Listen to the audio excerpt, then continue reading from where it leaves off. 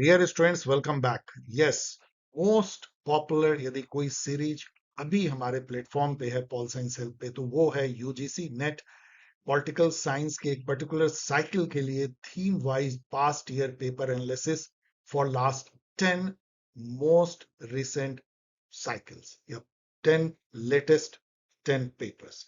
आज हम उस सीरीज को स्टार्ट कर रहे हैं and I am very much confident कि before the exam starts on 24 आपको सारे थीम आपके सामने होंगे।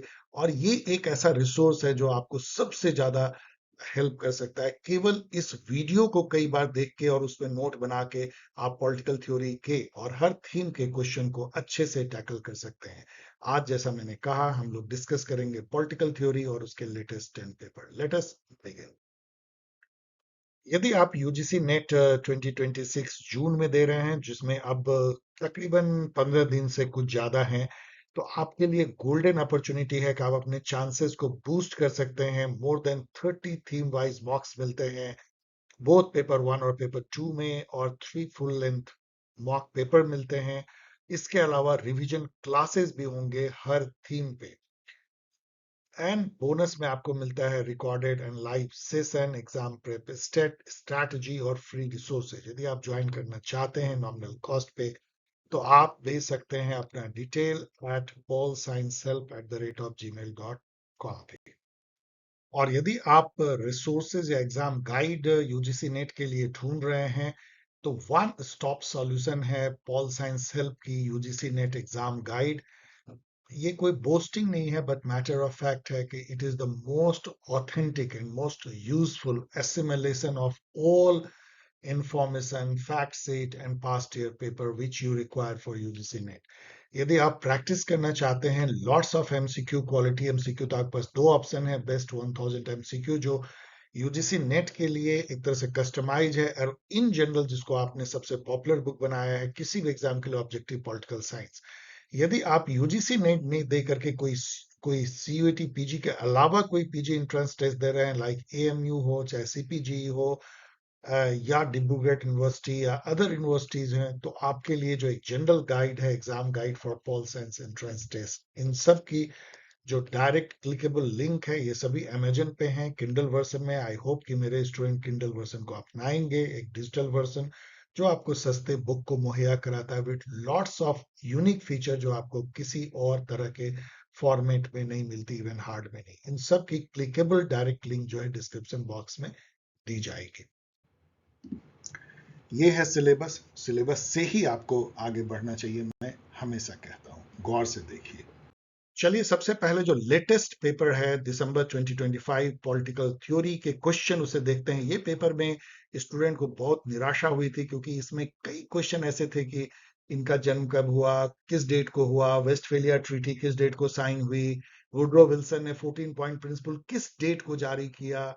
ऐसे ऐसे क्वेश्चन थे अरबिट। लेकिन फिर भी यदि पॉलिटिकल थ्योरी जब मैं आज पिक कर रहा था, तो मैंने देखा कि उसके क्वेश्चन काफी आसान, काफी स्टैंडर्ड, एक्सेप्ट वन जो लास्ट क्वेश्चन आप देखेंगे बहुत इजी है। So let us begin. आइए पहला क्वेश्चन लेते हैं जो मैं कल आउट कर पाया, मतलब पिक कर पाया हूं पॉलिटिकल थ्योरी के थीम से दिसंबर 2025 के यूजीसी नेट पॉलिटिकल साइंस के पेपर से, पेपर 2 से। इसमें पहला क्वेश्चन है, Bhikhu Parekh produced an in depth study of multiculturalism in his noted work. ये सिंपल सा है कि इसके इनके कौन से बुक है मल्टीकल्चरलिज्म पे। मल्टीकल्चरलिज्म पे आप इस क्वेश्चन को भी छोड़िए, जो टॉप जो 5 बुक आपको एकदम याद रखने हैं वो याद रखिए। फर्स्ट है विल कैमेलिका का मल्टीकल्चरल सिटीजनशिप 1995 में। दूसरा है चार्ल्स टेलर का द पॉलिटिक्स ऑफ रिकॉग्निशन, पूरा नाम आप पढ़ सकते हैं multiculturalism examining the politics of recognition. Third है, यहाँ आर होगा, रीथिंकिंग मल्टीकल्चरलिज्म विको पारेख का, जो यहाँ पे दिया गया है। एंड फोर्थ है the inclusion of the other studies in political theory, ये हुर्गन हैबरमास का है। और फिफ्थ है justice and the politics of difference ideas, Iris Marion Young का। इन 5 बुक को आप कभी भूल नहीं सकते हैं। If it is so, then it's a very very easy question, आप इसमें टिक मार सकते हैं। आप यहाँ पे देख सकते हैं कि यहाँ पे ये बुक भी आपको दिख रही है, justice and the politics of difference भी दिख रही है। इन डिफेंस ऑफ ग्लोबलाइजेशन तो पीएन भागवती की बुक है, वो यहाँ पे ऑड वन आउट है। नेक्स्ट क्वेश्चन देखिए, सॉरी कि यहाँ टिक पहले से मारा हुआ है कॉपी पेस्ट में। Who propose truth as an incredulity towards meta narrative. यहाँ पे आपको वोकेबलरी की जरूरत पड़ेगी। इनक्रेड्युलिटी मतलब है कि जिसको आप बहुत ही नीची नजर से देखते हो, मतलब यू नकारते हो, डिबंक करते हो उसको, उसको उसके अस्तित्व को मानते नहीं हो। तो मेटा नैरेटिव पहले क्या होता है? Meta narrative is narrative of narrative.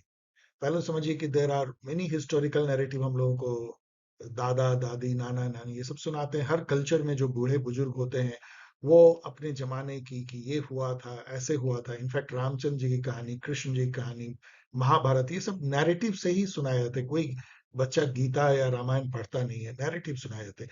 उन सब का यदि मेटा नैरेटिव लो, मतलब उन सब को एक धागे में पिरो के एक ग्रैंड स्टोरी बनाओ कि इंडिया में ऐसे हुआ था, ऐसे हुआ था, that is called Meta narrative. Meta narrative से जो है, जैसे मेटा नैरेटिव का एग्जांपल है, आप पॉलिटिकल थ्योरी में लो तो कैसे जो कार्ल मार्क्स ने एक मेटा नैरेटिव बनाया कि हिस्टोरिकल लॉ में कैसा हुआ था। पहले जो है प्रिमिटिव सोसाइटी थी, जिसको प्रिमिटिव आप रिपब्लिक कह सकते हो, और फिर बाद में जो है कैसे वो मास्टर स्लेव सोसाइटी में कन्वर्ट हुई, फिर फ्यूडलिज्म में, फिर कैपिटलिज्म। इन सब का उन्होंने एक मेटा नैरेटिव दिया। मतलब एक एक आपको फील होगा कि पूरा स्टोरी बन रहा है 2000 साल का। इन सब को जो है पोस्ट मॉडर्निज्म बिल्कुल डस्टबिन में फेंक देता है। उनका कहना है कि कोई इस टाइप की ग्रैंड नैरेटिव या मेटा नैरेटिव नहीं होती है।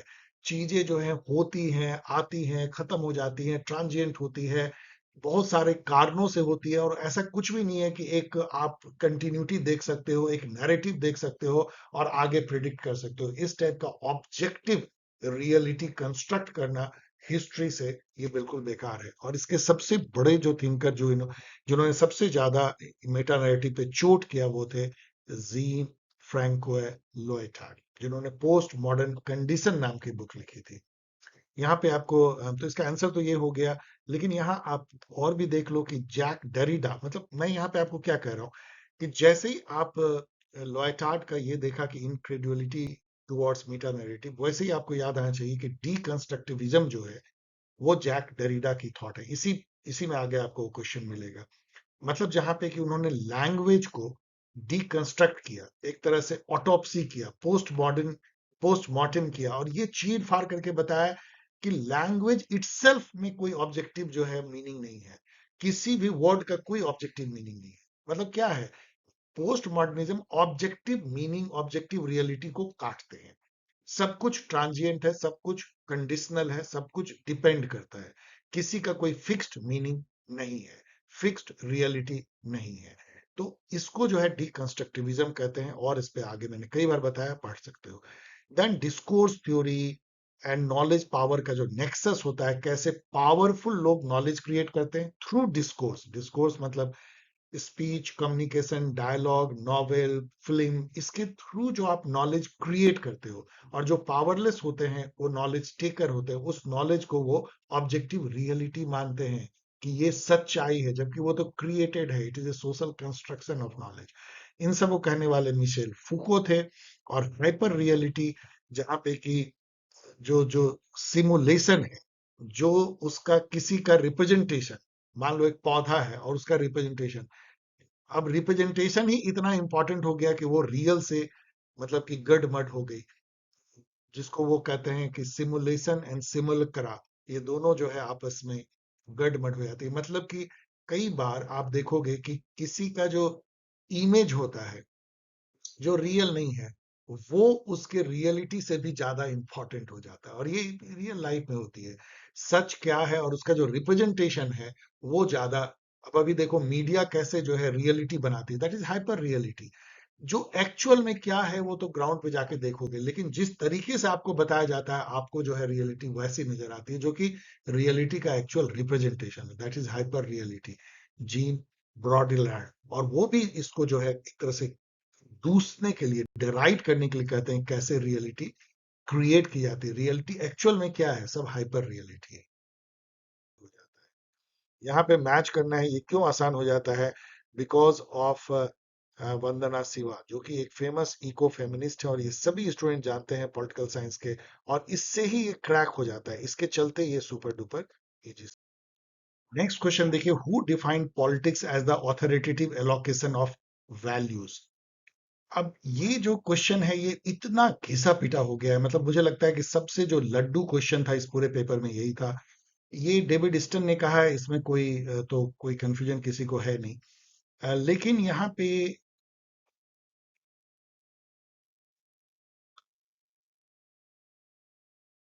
तो ये आंसर तो बहुत ही आसान है कि डेविड स्टन ने कहा। यहाँ पे ये भी समझिए कि डेविड स्टन इसके बारे इसके थ्रू क्या कहना चाहते थे। ऑथोरिटेटिव एलोकेशन ऑफ वैल्यू, मतलब समाज में जो भी वैल्यूएबल है, चाहे वो मनी है, इनकम है, पावर है, पॉलिटिकल ऑफिसेज हैं, all what ever is valuable, उसका डिस्ट्रीब्यूशन कैसे होता है। एलोकेशन मतलब डिस्ट्रीब्यूशन, और इस तरीके से कि आप चू चपर भी ना कर पाओ। मतलब ये एकदम वैसे ही है कि who gets what when and how, जो हैरन लासवेल कहते हैं, politics is who gets what when and how. Politics क्या है, जो भी वैल्यूएबल है उसका डिस्ट्रीब्यूशन जो समाज में कैसे होता है, कौन डिसाइड करता है, किस बेसिस पे करता है, यही है पॉलिटिक्स। सब अपने अपने इंटरेस्ट को आगे रखते हैं कि हमें सबसे अधिक मिले, लेकिन किस बेसिस पे मिलता है, that is authoritative allocation of value. यहाँ पे जेएस मिल आपको दिख रहे हैं, जो कि रिलक्टेंट डेमोक्रेट के रूप में जाने जाते हैं। आपको पता है वो लिबरल फेमिनिस्ट भी हैं, एक लिबरल यूटिलिटेरियन थिंकर भी एडम स्मिथ दिखते हैं, जो invisible hand of the market के लिए जाने जाते हैं, wealth of the nation, capitalism के फादर। एंड जॉन लॉक दिखते हैं, जो कि नेचुरल राइट के सबसे बड़े थिंकर हैं, और जो रिप्रेजेंटेटिव डेमोक्रेसी के या लिबरल डेमोक्रेसी के फादर, लिबरलिज्म के फादर भी कह सकते हैं। नेक्स्ट क्वेश्चन देखिए, in which of the following perspective it is considered appropriate that the physical world and the natural resource be subordinated to human needs and interest। मतलब कि जो नेचर है या जो नेचुरल रिसोर्स है वो सब मनुष्य के लाइफ को बेहतर बनाने के लिए, तो मनुष्य के या ह्यूमन को सेंटर में रख के यदि आप पूरे यूनिवर्स को देखोगे तो वो क्या है, एंथ्रोपोसेंट्रिज्म। यहाँ पे जो है एंथ्रोपोसेंट्रिज्म। एंथ्रोपोसेंट्रिज्म जो मतलब कि सेंट्रिज्म में तो आप समझ रहे हो सेंटर में रखना, एंथ्रो मतलब ह्यूमन, तो आप यदि वोकेबलरी आप केवल जान लो। और एंथ्रोपोसेंट्रिज्म इको सेंट्रिज्म का जस्ट उल्टा है। इको सेंट्रिज्म या इकोलॉगिज्म जो है, या डीप इकोलॉजी, उसमें जो है ह्यूमन सेंटर में नहीं रहता, इकोलॉजी नेचर सेंटर में रहता है, ह्यूमन उसका जस्ट एक पार्ट है। और एक ओवरऑल नेचर को कैसे हम प्रोटेक्ट रखें, बायोडाइवर्सिटी को प्रोटेक्ट रखें, जो नेचर में हर जो एनिमल है, प्लांट है, या जो भी इवन इनऑर्गेनिक, उन सब की रक्षा होनी चाहिए, ह्यूमन जस्ट उसका एक पार्ट है, ये इको सेंट्रिज्म है। एंथ्रोपोसेंट्रिज्म जो है उसको इकोलॉजी में स्वार्थी ह्यूमन का एक थ्योरी माना जाता है। यहाँ पे ये भी ध्यान रखो कि जो सस्टेनेबल डेवलपमेंट का जो कॉन्सेप्ट है वो एंथ्रोपोसेंट्रिज्म है, इस बात को याद रखना है। उसमें तो ये है कि हाँ एक्सप्लॉइटेशन करो नेचर का, लेकिन इतना चूसो कि नेचर बचा रहे और तुम खूब आराम में भी रहो। ओके, यहाँ पे आप देखो कि ये जो 91 नंबर की जो क्वेश्चन है, this is a bit difficult, लेकिन यदि इसमें एक दो आप मैच देखो कि एंड्रू हेवुड का जो है मैच आप पॉलिटिकल थ्योरी से करोगे। सॉरी कि मैं पेन यूज नहीं कर पा रहा हूँ, उसकी बैटरी डाउन है, इसलिए आपको ऐसा दिख रहा है। आई होप कि, चलो ये पेन मैंने ले लिया है। यहाँ पे आप ये भी देख सकते हो कि थॉमस जेफरसन जो है वो अमेरिकन इंडिपेंडेंस के फादर हैं, डिक्लेरेशन ऑफ अमेरिकन इंडिपेंडेंस, और जॉन लॉक ने जो है सेकेंड ट्रीटी लिखा है। तो मैं बेकार ही कह रहा था कि क्वेश्चन टफ है, ये क्वेश्चन काफी आसान है। डेविड हेल्ड में केवल आप कंफ्यूज कर सकते हो, political theory and the modern state याद कर लो, बाकी तो आप एक से ही मैच हो जाता है। एंड्रू हेवुड को यदि मान लो हम टू से मैच करें तो आप देख सकते हो कि ए का टू केवल एक में है। यदि ऐसा है तो ये बेहद बेहद आसान क्वेश्चन है।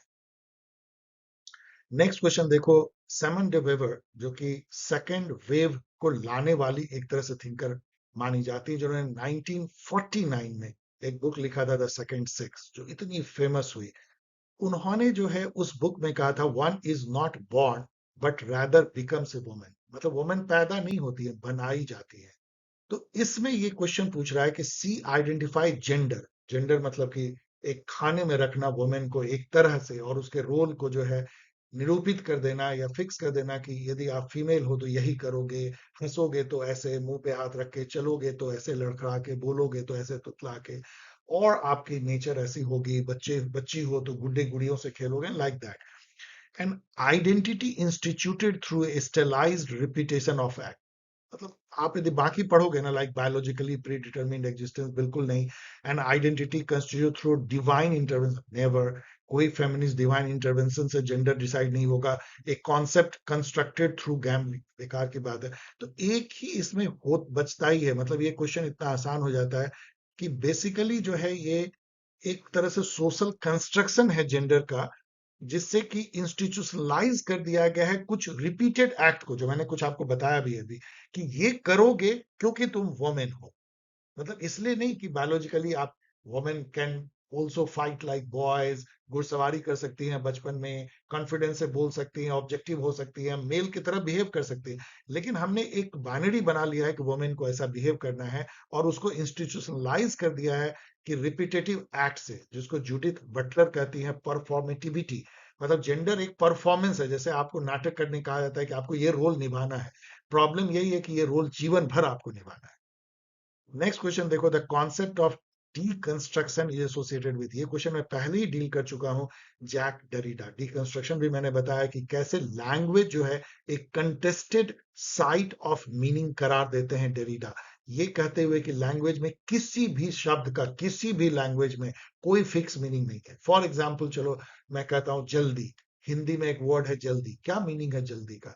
यदि कोई आपको बोले कि ये काम जल्दी कर दो, आप क्या समझोगे? 2 घंटे में कर दो, 2 मिनट में कर दो, 2 दिन में कर दो।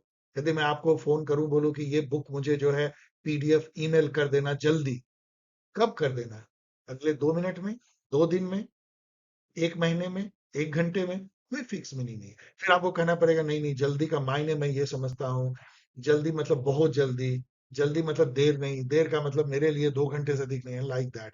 सो किसी भी मीनिंग, किसी भी वर्ड का मीनिंग जो है उसी लैंग्वेज के दूसरे वर्ड से कंपेयर कंट्रास्ट करके जो है हमको निकालना पड़ता है, और जब उस वर्ड पे जाते हैं तो उसका भी मीनिंग दूसरे से जो है कंपेयर कंट्रास्ट करना पड़ता है, और ऐसे ही मीनिंग शिफ्ट होते रहती है। किसी भी वर्ड का कोई फिक्स मीनिंग नहीं है। उसका कारण यह है कि एज पर पोस्ट मॉडर्निज्म कोई चीज भी फिक्स मीनिंग है ही नहीं। वो मीनिंग जो हम उस समय में समझते हैं, जो हम उस समय में हम उसको एक रूप देते हैं अपने थॉट से, वही उसका मीनिंग होता है। जल्दी वर्ड का मीनिंग जो है 1 सेकंड भी हो सकता है, 1 मिनट भी, 1 घंटा भी, 1 दिन भी, 1 महीना और 1 साल भी। Given the two statement, चलो एजर्सन देखते हैं। Ecofeminism has been a significant strand of feminist thought and activism since the term was coined by French feminist Francois d'Abord in 1970। ये हम लोग सब जानते हैं, रटते भी हैं।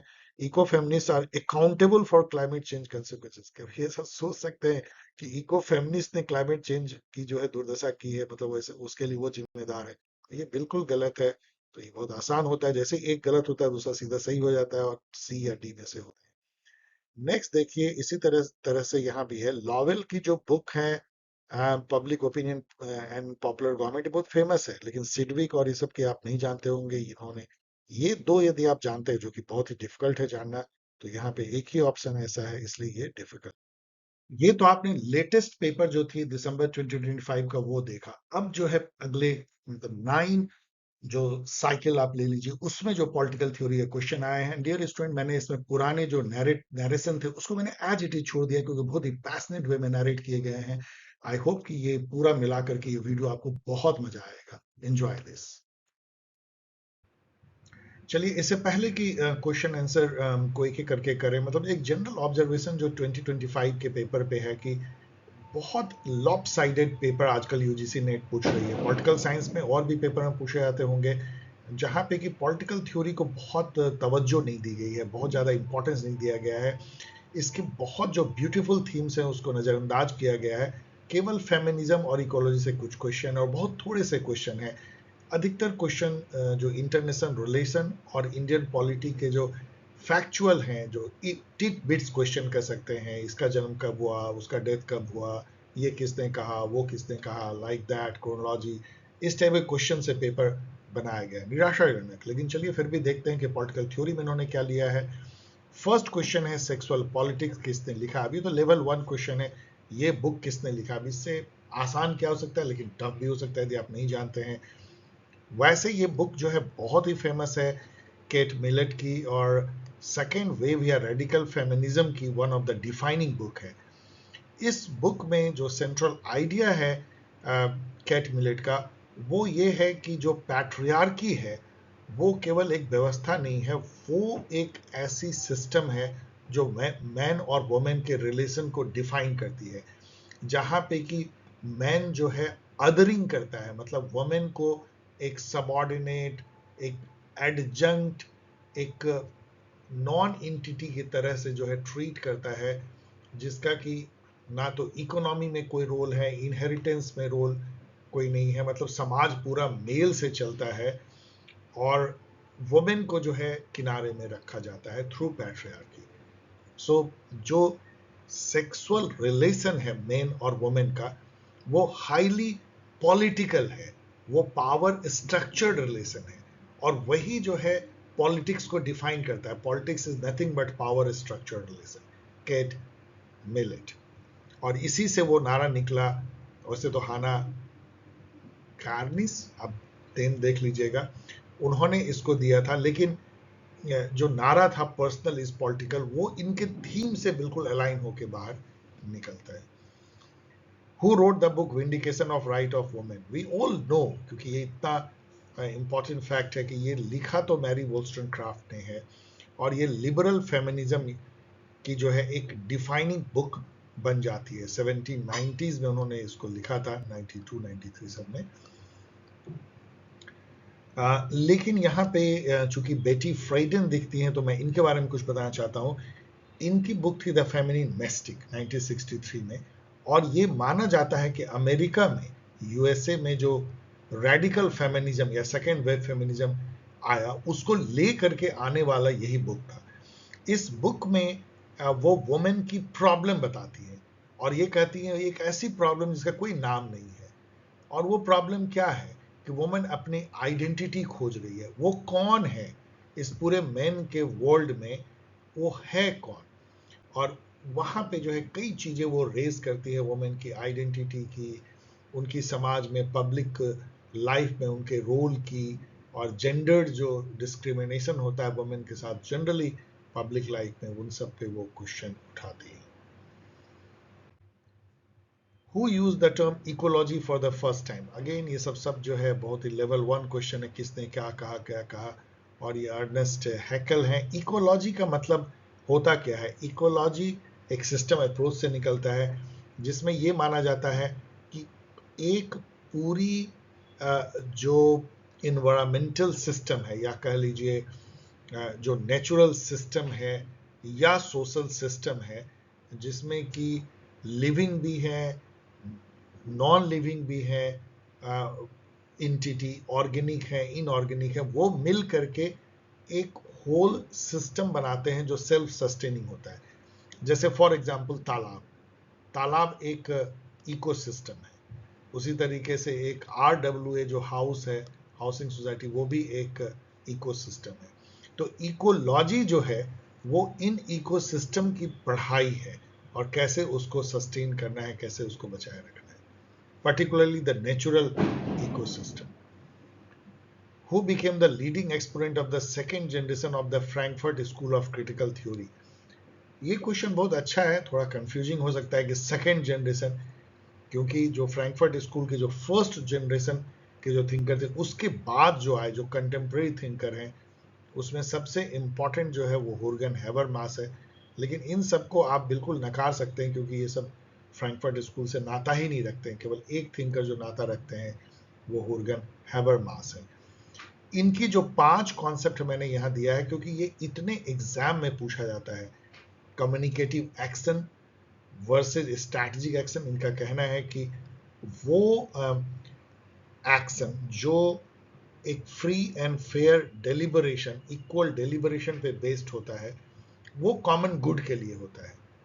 और जो एक्शन एक रैशनल एक्टर अपने स्वार्थ के लिए लेता है, मैनिपुलेटिव वे में लेता है, गेम थ्योरी को याद कीजिए, वो स्ट्रैटेजिक एक्शन होता है, वो इंस्ट्रूमेंटल एक्शन है। वो अपने स्वार्थ के पूरा करने के लिए सेल्फ सेंटर्ड होता है। उसके बदले समाज में कम्युनिकेटिव एक्शन को हमें बढ़ावा देना चाहिए। लेकिन कम्युनिकेटिव एक्शन के लिए पब्लिक स्फेयर को पवित्र रखना जरूरी है। पब्लिक स्फेयर वो एरिना है जहां पे free fair deliberation for common good between two equal people हो सकता है। That is the ideal condition, जहां कोई कोएर्सन नहीं है, कोई डोमिनेंस नहीं है, कोई ऊपर नहीं है, कोई नीचे नहीं है, कोई डर नहीं है।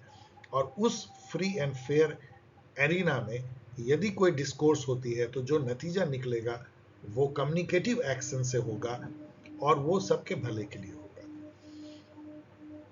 इसी तरीके से वो लाइफ वर्ल्ड वर्सेस सिस्टम का डिस्टिंक्शन करते हैं। उनका मानना है कि जो फैमिली, कल्चर, सिविल सोसाइटी में जो हमारी थॉट, शेयर्ड अंडरस्टैंडिंग होती है, आइडियाज, बिलीफ, नॉर्म होते हैं, वो हमारे जीवन को जीवंत रखते हैं। लाइफ वर्ल्ड हमारी है। और एक फॉर्मल, जब हम ऑफिस जाते हैं, कॉलेज जाते हैं, स्टेट के साथ इंटरेक्ट करते हैं, तो एक सिस्टम उसको वो कहते हैं। और वहां पे हम जो है उसके उस इंस्टीट्यूशन के फॉर्मल रूल रेगुलेशन उसको फॉलो करते हैं। That is not important.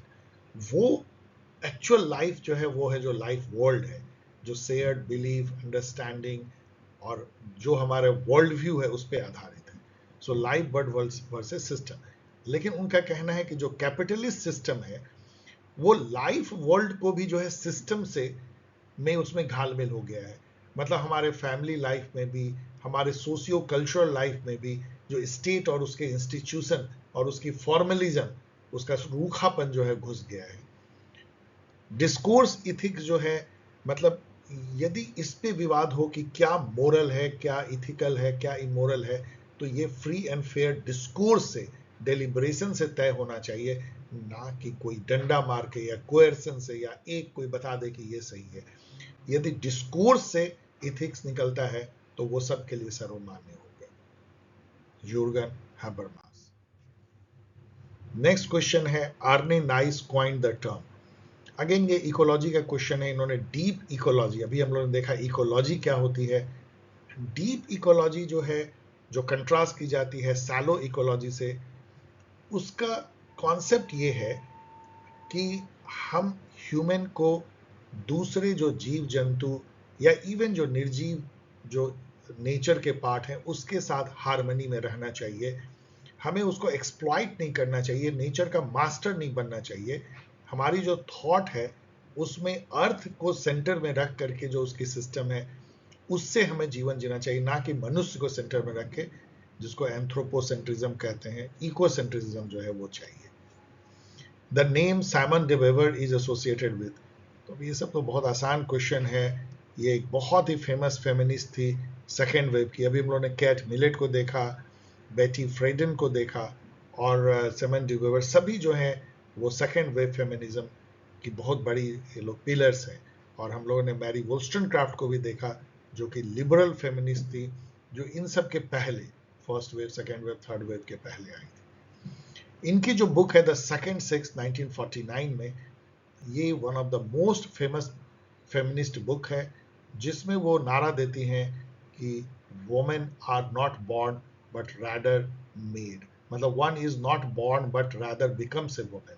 उनको बनाया जाता है। वोमेन जो है जेंडर एक सोशल कंस्ट्रक्शन है, कोई बायोलॉजिकल सेक्स रिलेटेड फिनोमिना नहीं है। वोमेन कैसे बनाया जाता है और कैसे उनको सेक्लूड किया जाता है पब्लिक लाइफ से, और उनको मतलब एक जो मैन का जो वर्ल्ड है उससे, ये सेकंड सेक्स में उन्होंने लिखा है। अब आइए हम लोग दिसंबर 2024 जो सेकंड लेटेस्ट जो साइकिल है उसके पॉलिटिकल थ्योरी के क्वेश्चन को देखते हैं। फर्स्ट क्वेश्चन है, who suggested that bourgeoisie's assumptions and values needed to be overthrown by the establishment of a rival proletarian hegemony and the manufacturing of consent। अब ये लाइन बहुत वेग हो सकता है, लेकिन हेजोमनी वर्ड आते ही और मैन्युफैक्चरिंग ऑफ कॉन्सेप्ट, एक ही थिंकर का आपको नाम याद आना चाहिए, वो है एंटोनियो ग्राम्स्की, जो अपने प्रिजन नोटबुक नाम के बुक में कल्चरल हेजोमनी का कॉन्सेप्ट देते हैं। वो यही है जो यहाँ लिखा है। उनका ये कहना था कि जो कैपिटलिस्ट क्लास है वो डोमिनेशन जो है वो आइडिया से करते हैं, वो डोमिनेशन केवल डंडे के जोर पे नहीं करते हैं, और इस तरह के डोमिनेशन को उन्होंने कल्चरल हेजेमनी कहा था, जो बनाई जाती है सिविल सोसाइटी में, जो सुपर स्ट्रक्चर में होता है। आई होप कि बेस एंड सुपर स्ट्रक्चर का कॉन्सेप्ट कई बार मैंने बताया है।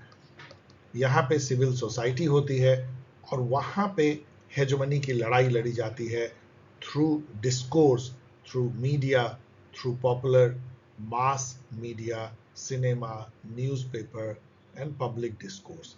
और वहाँ पे कैपिटलिस्ट जो आइडियाज एंड आइडियोलॉजी जो है उसको प्रोलेटेरिएट को मनवाया जाता है, मैन्युफैक्चरिंग ऑफ कॉन्सेंट, और लोग ये मान लेते हैं कि हाँ यही कैपिटलिस्ट व्यवस्था उनके भले के लिए। This is the third dimension of power जो स्टीवन ल्यूक्स ने कहा था, उसको इन्होंने जो है हेजेमनी कहा है। और यदि इसको चेंज करना है, कैपिटलिज्म को रिवॉल्यूशन से हटाना है, तो वो एक कल्चरल रिवॉल्यूशन होना पड़ेगा, कोई आर्म रिवॉल्यूशन नहीं। और उसके लिए काउंटर हेजेमनी करनी पड़ेगी, जो कि प्रोलेटेरियन वर्किंग क्लास अपने आइडियाज आइडियोलॉजी को जब वर्चस्व में लाएगा, जब इनके आइडियाज और आइडियोलॉजी वर्चस्व में होंगे, तो फिर जो है वो काउंटर हेजेमनी होगी, और तब जो है कैपिटलिज्म को खत्म किया जाएगा। एंटोनियो ग्रेम्शी। नेक्स्ट क्वेश्चन जो है ये पॉलिटिकल थ्योरी, मैंने इसको मार्क किया है, और इसमें आप ई पे आइए, क्योंकि ये पूछ रहे हैं कौन से करेक्ट है। तो इनकरेक्ट, क्योंकि इसमें से बहुत ज्यादा करेक्ट हैं। तो history of black women in US has been narrated first by Greta Thunberg. Greta Thunberg एक बच्ची है जो क्लाइमेट चेंज के लिए एक्टिविस्ट और बहुत पॉपुलर हो गई। उसका क्या ना था ब्लैक वुमेन और हिस्ट्री से, तो बिल्कुल ये उटपटांग है। तो ई एकदम गलत है। ई को यदि हम एलिमिनेट करते ही ये क्वेश्चन ही क्रैक हो जाता है। इससे सुपर इजी क्वेश्चन क्या हो सकता है? बाकी ये सब बहुत ही इवेंटफुल हैं और बहुत ही अननोन भी इसमें से कुछ हैं, लाइक सेनेका फॉल कन्वेंशन हम लोगों के लिए 19th अमेंडमेंट नहीं है। तो लेकिन सबको पढ़ लीजिएगा और बिना पढ़े हुए अपने नोट में अपडेट किए हुए आगे मत बढ़िएगा। Which of the following are pair are matched correctly? तो इसमें यदि आप देखें तो ये सब पॉलिटिकल थ्योरी कहा सकता है, इसमें सब ठीक है। लेकिन यहाँ पे देखिए fascism, support for freedom of expression, क्या फासिज्म कभी इसको सपोर्ट कर? फासिज्म टोटलिटेरियन है, कोई फ्रीडम नहीं मिलती है, सिविल लिबर्टी नहीं मिलती। तो डी को आप हटा दीजिए, डी को हटा दीजिए। डीप इकोलॉजी जो है वो तो सही है कि rejection of anthropologism. Sustainable development आइए, development that meets the need of the present only, उल्टा लिखा है। Development that not only meets the need of the present but also take care of the future generation. Intergenerational equity या justice का भी इसमें ध्यान है। तो ए को भी हटा दीजिए, तो आपको यहाँ क्रैक हो जाता है। Very very easy question.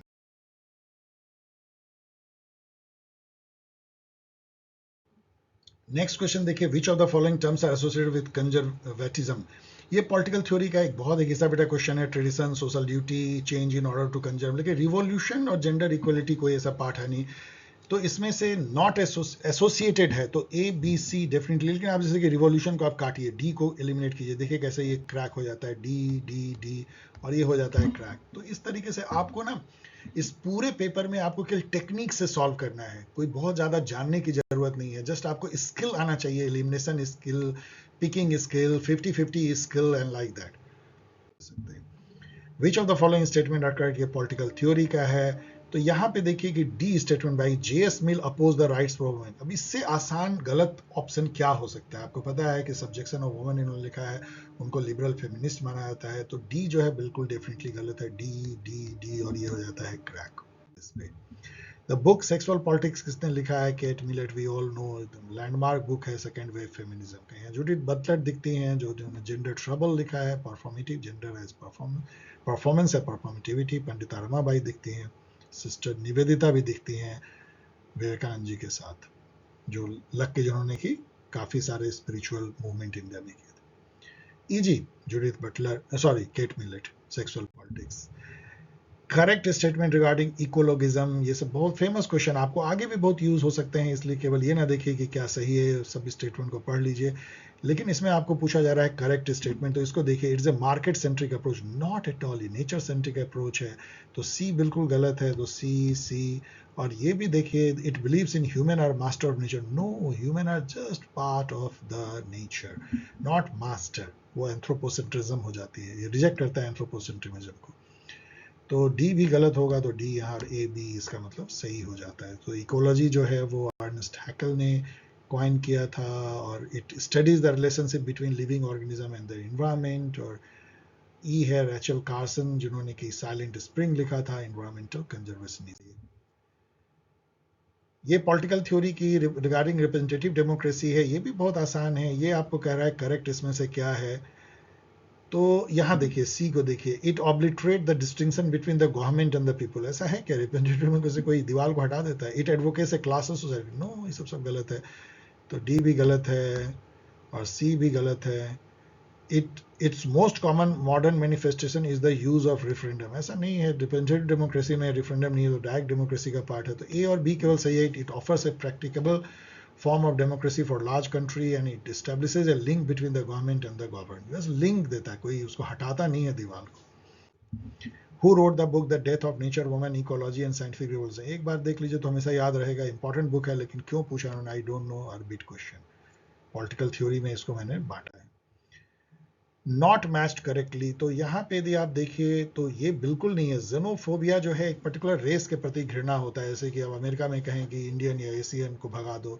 तो डिमांड फॉर रेशियल डिटर्मिनिज्म नहीं है, सॉरी सेल्फ डिटर्मिनिज्म बिल्कुल ही नहीं। सेल्फ डिटर्मिनिज्म तो होता है कि एक कॉम या पीपुल, उनको अपना नेशन होने का हक है, जैसे फिलिस्तीनी nation and like that, Kurd nation and like that. तो जेनोफोबिया डी को आप यदि हटा दो तो इसमें नॉट मैच करेक्टली में डी जरूर होना चाहिए। डी यहाँ देखिए केवल एक ही ऑप्शन में डी है, इसका मतलब ई भी जरूर गलत है। Universalism behavioural characteristic by insularity and exclusivity, कभी भी यूनिवर्सलिज्म इसका जस्ट उल्टा होता है। ये पर्टिकुलरिज्म हो गया, वो इंक्लूसिव होगा, एक्सक्लूसिव नहीं होगा। सब उसमें आएंगे। यूनिवर्सलिज्म मतलब everybody will be included. So D and E, easy बढ़िएगा। Identify the essential fact about communism. तो कम्युनिज्म जो है वो कभी डिक्टेटरशिप ऑफ प्रिस्टली क्लास कहेगा क्या? ये उठपटांग कुछ लिख के इन्होंने आपको हेल्प कर दिया है। ई को आप एलिमिनेट कीजिए, ई को एलिमिनेट, इससे आपका सीधा ही आंसर निकल जाता है। मुझे याद है जब मेमोरी बेस्ड हुआ था तो कई लोग ये कहते सर वैनगार्ड पार्टी कैसे होगी। बेसिकली क्या है कि लेनिन ने भी माना था कि एक पार्टी तो चाहिए कम्युनिज्म को लाने के लिए। तो वैनगार्ड पार्टी, कई लोग कहते हैं कि पार्टी जब क्लासलेस है, स्टेटलेस है, तो पार्टी लेस भी होना चाहिए। ऐसा नहीं था। वैनगार्ड पार्टी का कॉन्सेप्ट कम्युनिज्म में रहा है, लेनिन मार्क्सिज्म में, इसलिए वैनगार्ड पार्टी सही है। A B C D, easy question है। और लास्ट क्वेश्चन जिसके बाद की कंप्रिहेंशन क्वेश्चन शुरू होता है वो है which of the following are not part of liberal democracy. तो देखिए, क्या आप कहेंगे कि वन पार्टी सिस्टम पे बेस होगा? ऐसा क्यों होगा? तो ए नहीं होना चाहिए, मतलब ये है नॉट पार्ट, तो ए होना चाहिए। तो ए जो है इसमें है। वाओ, केवल ए एक ही में है, इसका मतलब कि ये क्रैक हो गया। State monopoly on the means of mass communication, ऐसा कभी लिबरल डेमोक्रेसी में होगा क्या? इसका मतलब बाकी तीनों जो है सही होगा। Based on the formal legal rule, guarantee of civil liberties, system of check and balance. तो ए एंड ई रॉन्ग है। अब आइए, सबसे पहले जो लेटेस्ट साइकिल हुई है जून 2024, उसकी जो ओरिजिनल टेस्ट हुई थी, ये तो एक ही दिन बाद कैंसिल हो गया अनफॉर्चुनेटली, लेकिन फिर भी हमें क्वेश्चन तो मिल गया देखने के लिए। तो चलिए इसकी PYQA को देखते हैं। उसमें से मैंने चुन के निकाला है पॉलिटिकल थ्योरी के पेपर को। एक ही शिफ्ट में हुआ था, ध्यान रखिए। 51 नंबर का क्वेश्चन पॉलिटिकल थ्योरी से था, Marxist hold that society is characterised by. अब ये इससे आसान क्वेश्चन क्या हो सकता है? Class conflict, harmony and this blah blah, कुछ भी नहीं। मतलब ये सुपर इजी क्वेश्चन है, लड्डू क्वेश्चन जब इसको बोलता हूं। सेकंड देखिए, ये भी सुपर डुपर इजी है। यहाँ पे एलिमिनेशन टेक्निक कैसे काम करता है। Broadly the term democracy implies, and first ही ऑप्शन है a society based on privileges and hierarchy. कभी ऐसा हो सकता है? जस्ट उल्टा। इसका मतलब ए नहीं हो सकता। और ए देखिए यहाँ है, यहाँ है, यहाँ है। इसका मतलब कि ये तीन ऑप्शन ऐसे ही गायब हो गए।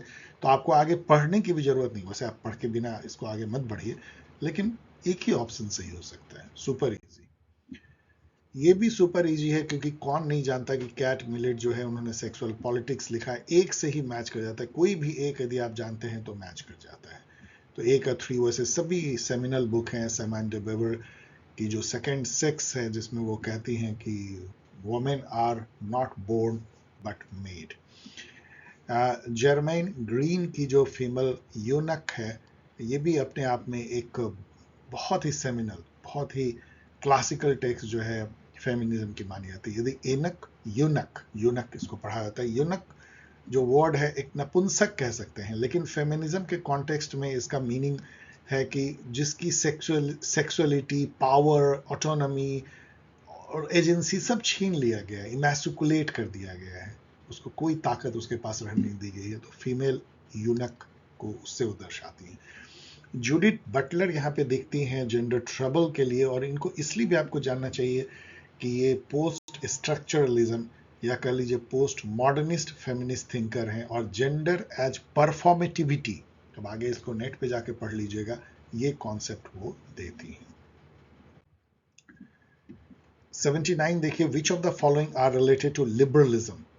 अब यहाँ पे आप देखिए, आपको यहाँ मिलेगा कि liberalism and communism are closely related. क्या अभी ऐसा हो सकता है क्या? दोनों पोल्स अपार्ट हैं, तो डी नहीं होगा, डी डी डी, और आपको ये आंसर मिल जाता है, बाकी सभी सही हैं, पढ़ लीजिए। अब आइए जून 2024 जो रीसाइकिल या रीटेस्ट हुई जून की अनफॉर्चुनेटली, और जिसकी अभी रिजल्ट निकली है 4 सितंबर को, उसके शिफ्ट 1 के क्वेश्चन को देखते हैं। 51 नंबर क्वेश्चन है, cosmopolitans argue that citizenship should be extend to, क्या विश्व सिटीजनशिप, मतलब कि वर्ल्ड सिटीजन की भावना जो है वो कॉस्मोपॉलिटनिज्म है। So world as a whole जो है वो एक्सटेंड होना चाहिए, कोई भी जो व्यक्ति है वो पूरे दुनिया का सिटीजन है। Easy question. Human rights are also criticised for elevating collectivism. No, human rights always individualism को ऊपर ले जाएगा, not equating collectivism individualism, but elevating individualism above collectivism. बेहद आसान क्वेश्चन अगेन। यहाँ पे मैच करना है, ये सब बहुत आसान मैचिंग है, लेकिन यहाँ मैचिंग में भी इन्होंने थोड़ा गेम खेला है कि एक से इस बार जो है मैच नहीं हो रहा, आपको 2 मिनिमम जानना होगा। तो जैसे कॉन्सेंट थ्योरी से मान लेते हैं, ओके नो, यहाँ से लेते हैं, people who should rule are those who know about politics. यदि इसमें आप कंफ्यूज भी हैं तो आप छोड़ दीजिए। The achievement of freedom through the abolition of exploitation and operation, of course ये जो है मार्क्सिस्ट थ्योरी है, इमेंसिपेशन कि इससे जो है एक्सप्लॉयटेशन, ऑपरेशन, समाज में जो क्लास डिवीजन हो खत्म हो। The principle of equal basic liberty जो है, ये जॉन रॉल की जो थ्योरी ऑफ जस्टिस है उसका फर्स्ट प्रिंसिपल है, equality of basic liberty, and second principle जो है fair equality opportunity and difference principle है। तो इन 2 से ही आपका काम जो है चल जाएगा। आप देखिए बी का 4 से ही आपका यहाँ पे बेसिकली क्रैक हो जाता है, तो उसके बाद आप मैच कर सकते हो सी का 2 से। आसान है, एक ही से क्रैक हो गई, तो आप बाकी मैच कर लीजिएगा। डेलिबरेटिव डेमोक्रेसी चैंपियंस मतलब क्या करता है ये? तो ऑफ कोर्स इनफॉर्मल डिबेट होती है, डायरेक्ट पार्टिसिपेशन ऑफ सिटीजन तो होता भी है नहीं भी, लेकिन कोई डायरेक्ट डेमोक्रेसी नहीं है, तो चलिए इसको छोड़ दीजिए। पब्लिक यूज ऑफ रीजन होता है, पब्लिक रीजनिंग से लोग डिबेट करते हैं। इम्पार्शियल परस्यूट ऑफ ट्रूथ भी कह सकते हैं। मोनोइज्म एज वेल ड्यूअलिज्म में क्या मीनिंग है? तो ये 2 तो होगा ही। ए और सी किस में है? ए सी केवल एक ही में है और कुछ है ही नहीं, इसका मतलब यही होगी। सोशलिज्म, फेमिनिज्म, इकोलॉजिज्म, ये सब मैंने बताया था। आप फेमिनिज्म बेल हुक्स को आप आइडेंटिफाई कर सकते हैं, तो बी का 4, और बी के 4 से ही ये हो गया क्रैक, तो ये सुपर इजी। बाकी मैच कर लीजिएगा। मैंने आपको बताया था सुमाकेर जो है स्मॉल इज ब्यूटीफुल कॉन्सेप्ट के लिए जाने जाते हैं, बुक भी लिखे थे। थॉमस पिकेटी जो है कैपिटलिज्म इन 21st सेंचुरी, इसके लिए जाने जाते हैं, एक socialist. And Charles Taylor is known for multiculturalism, politics of recognition नाम की बुक के लिए।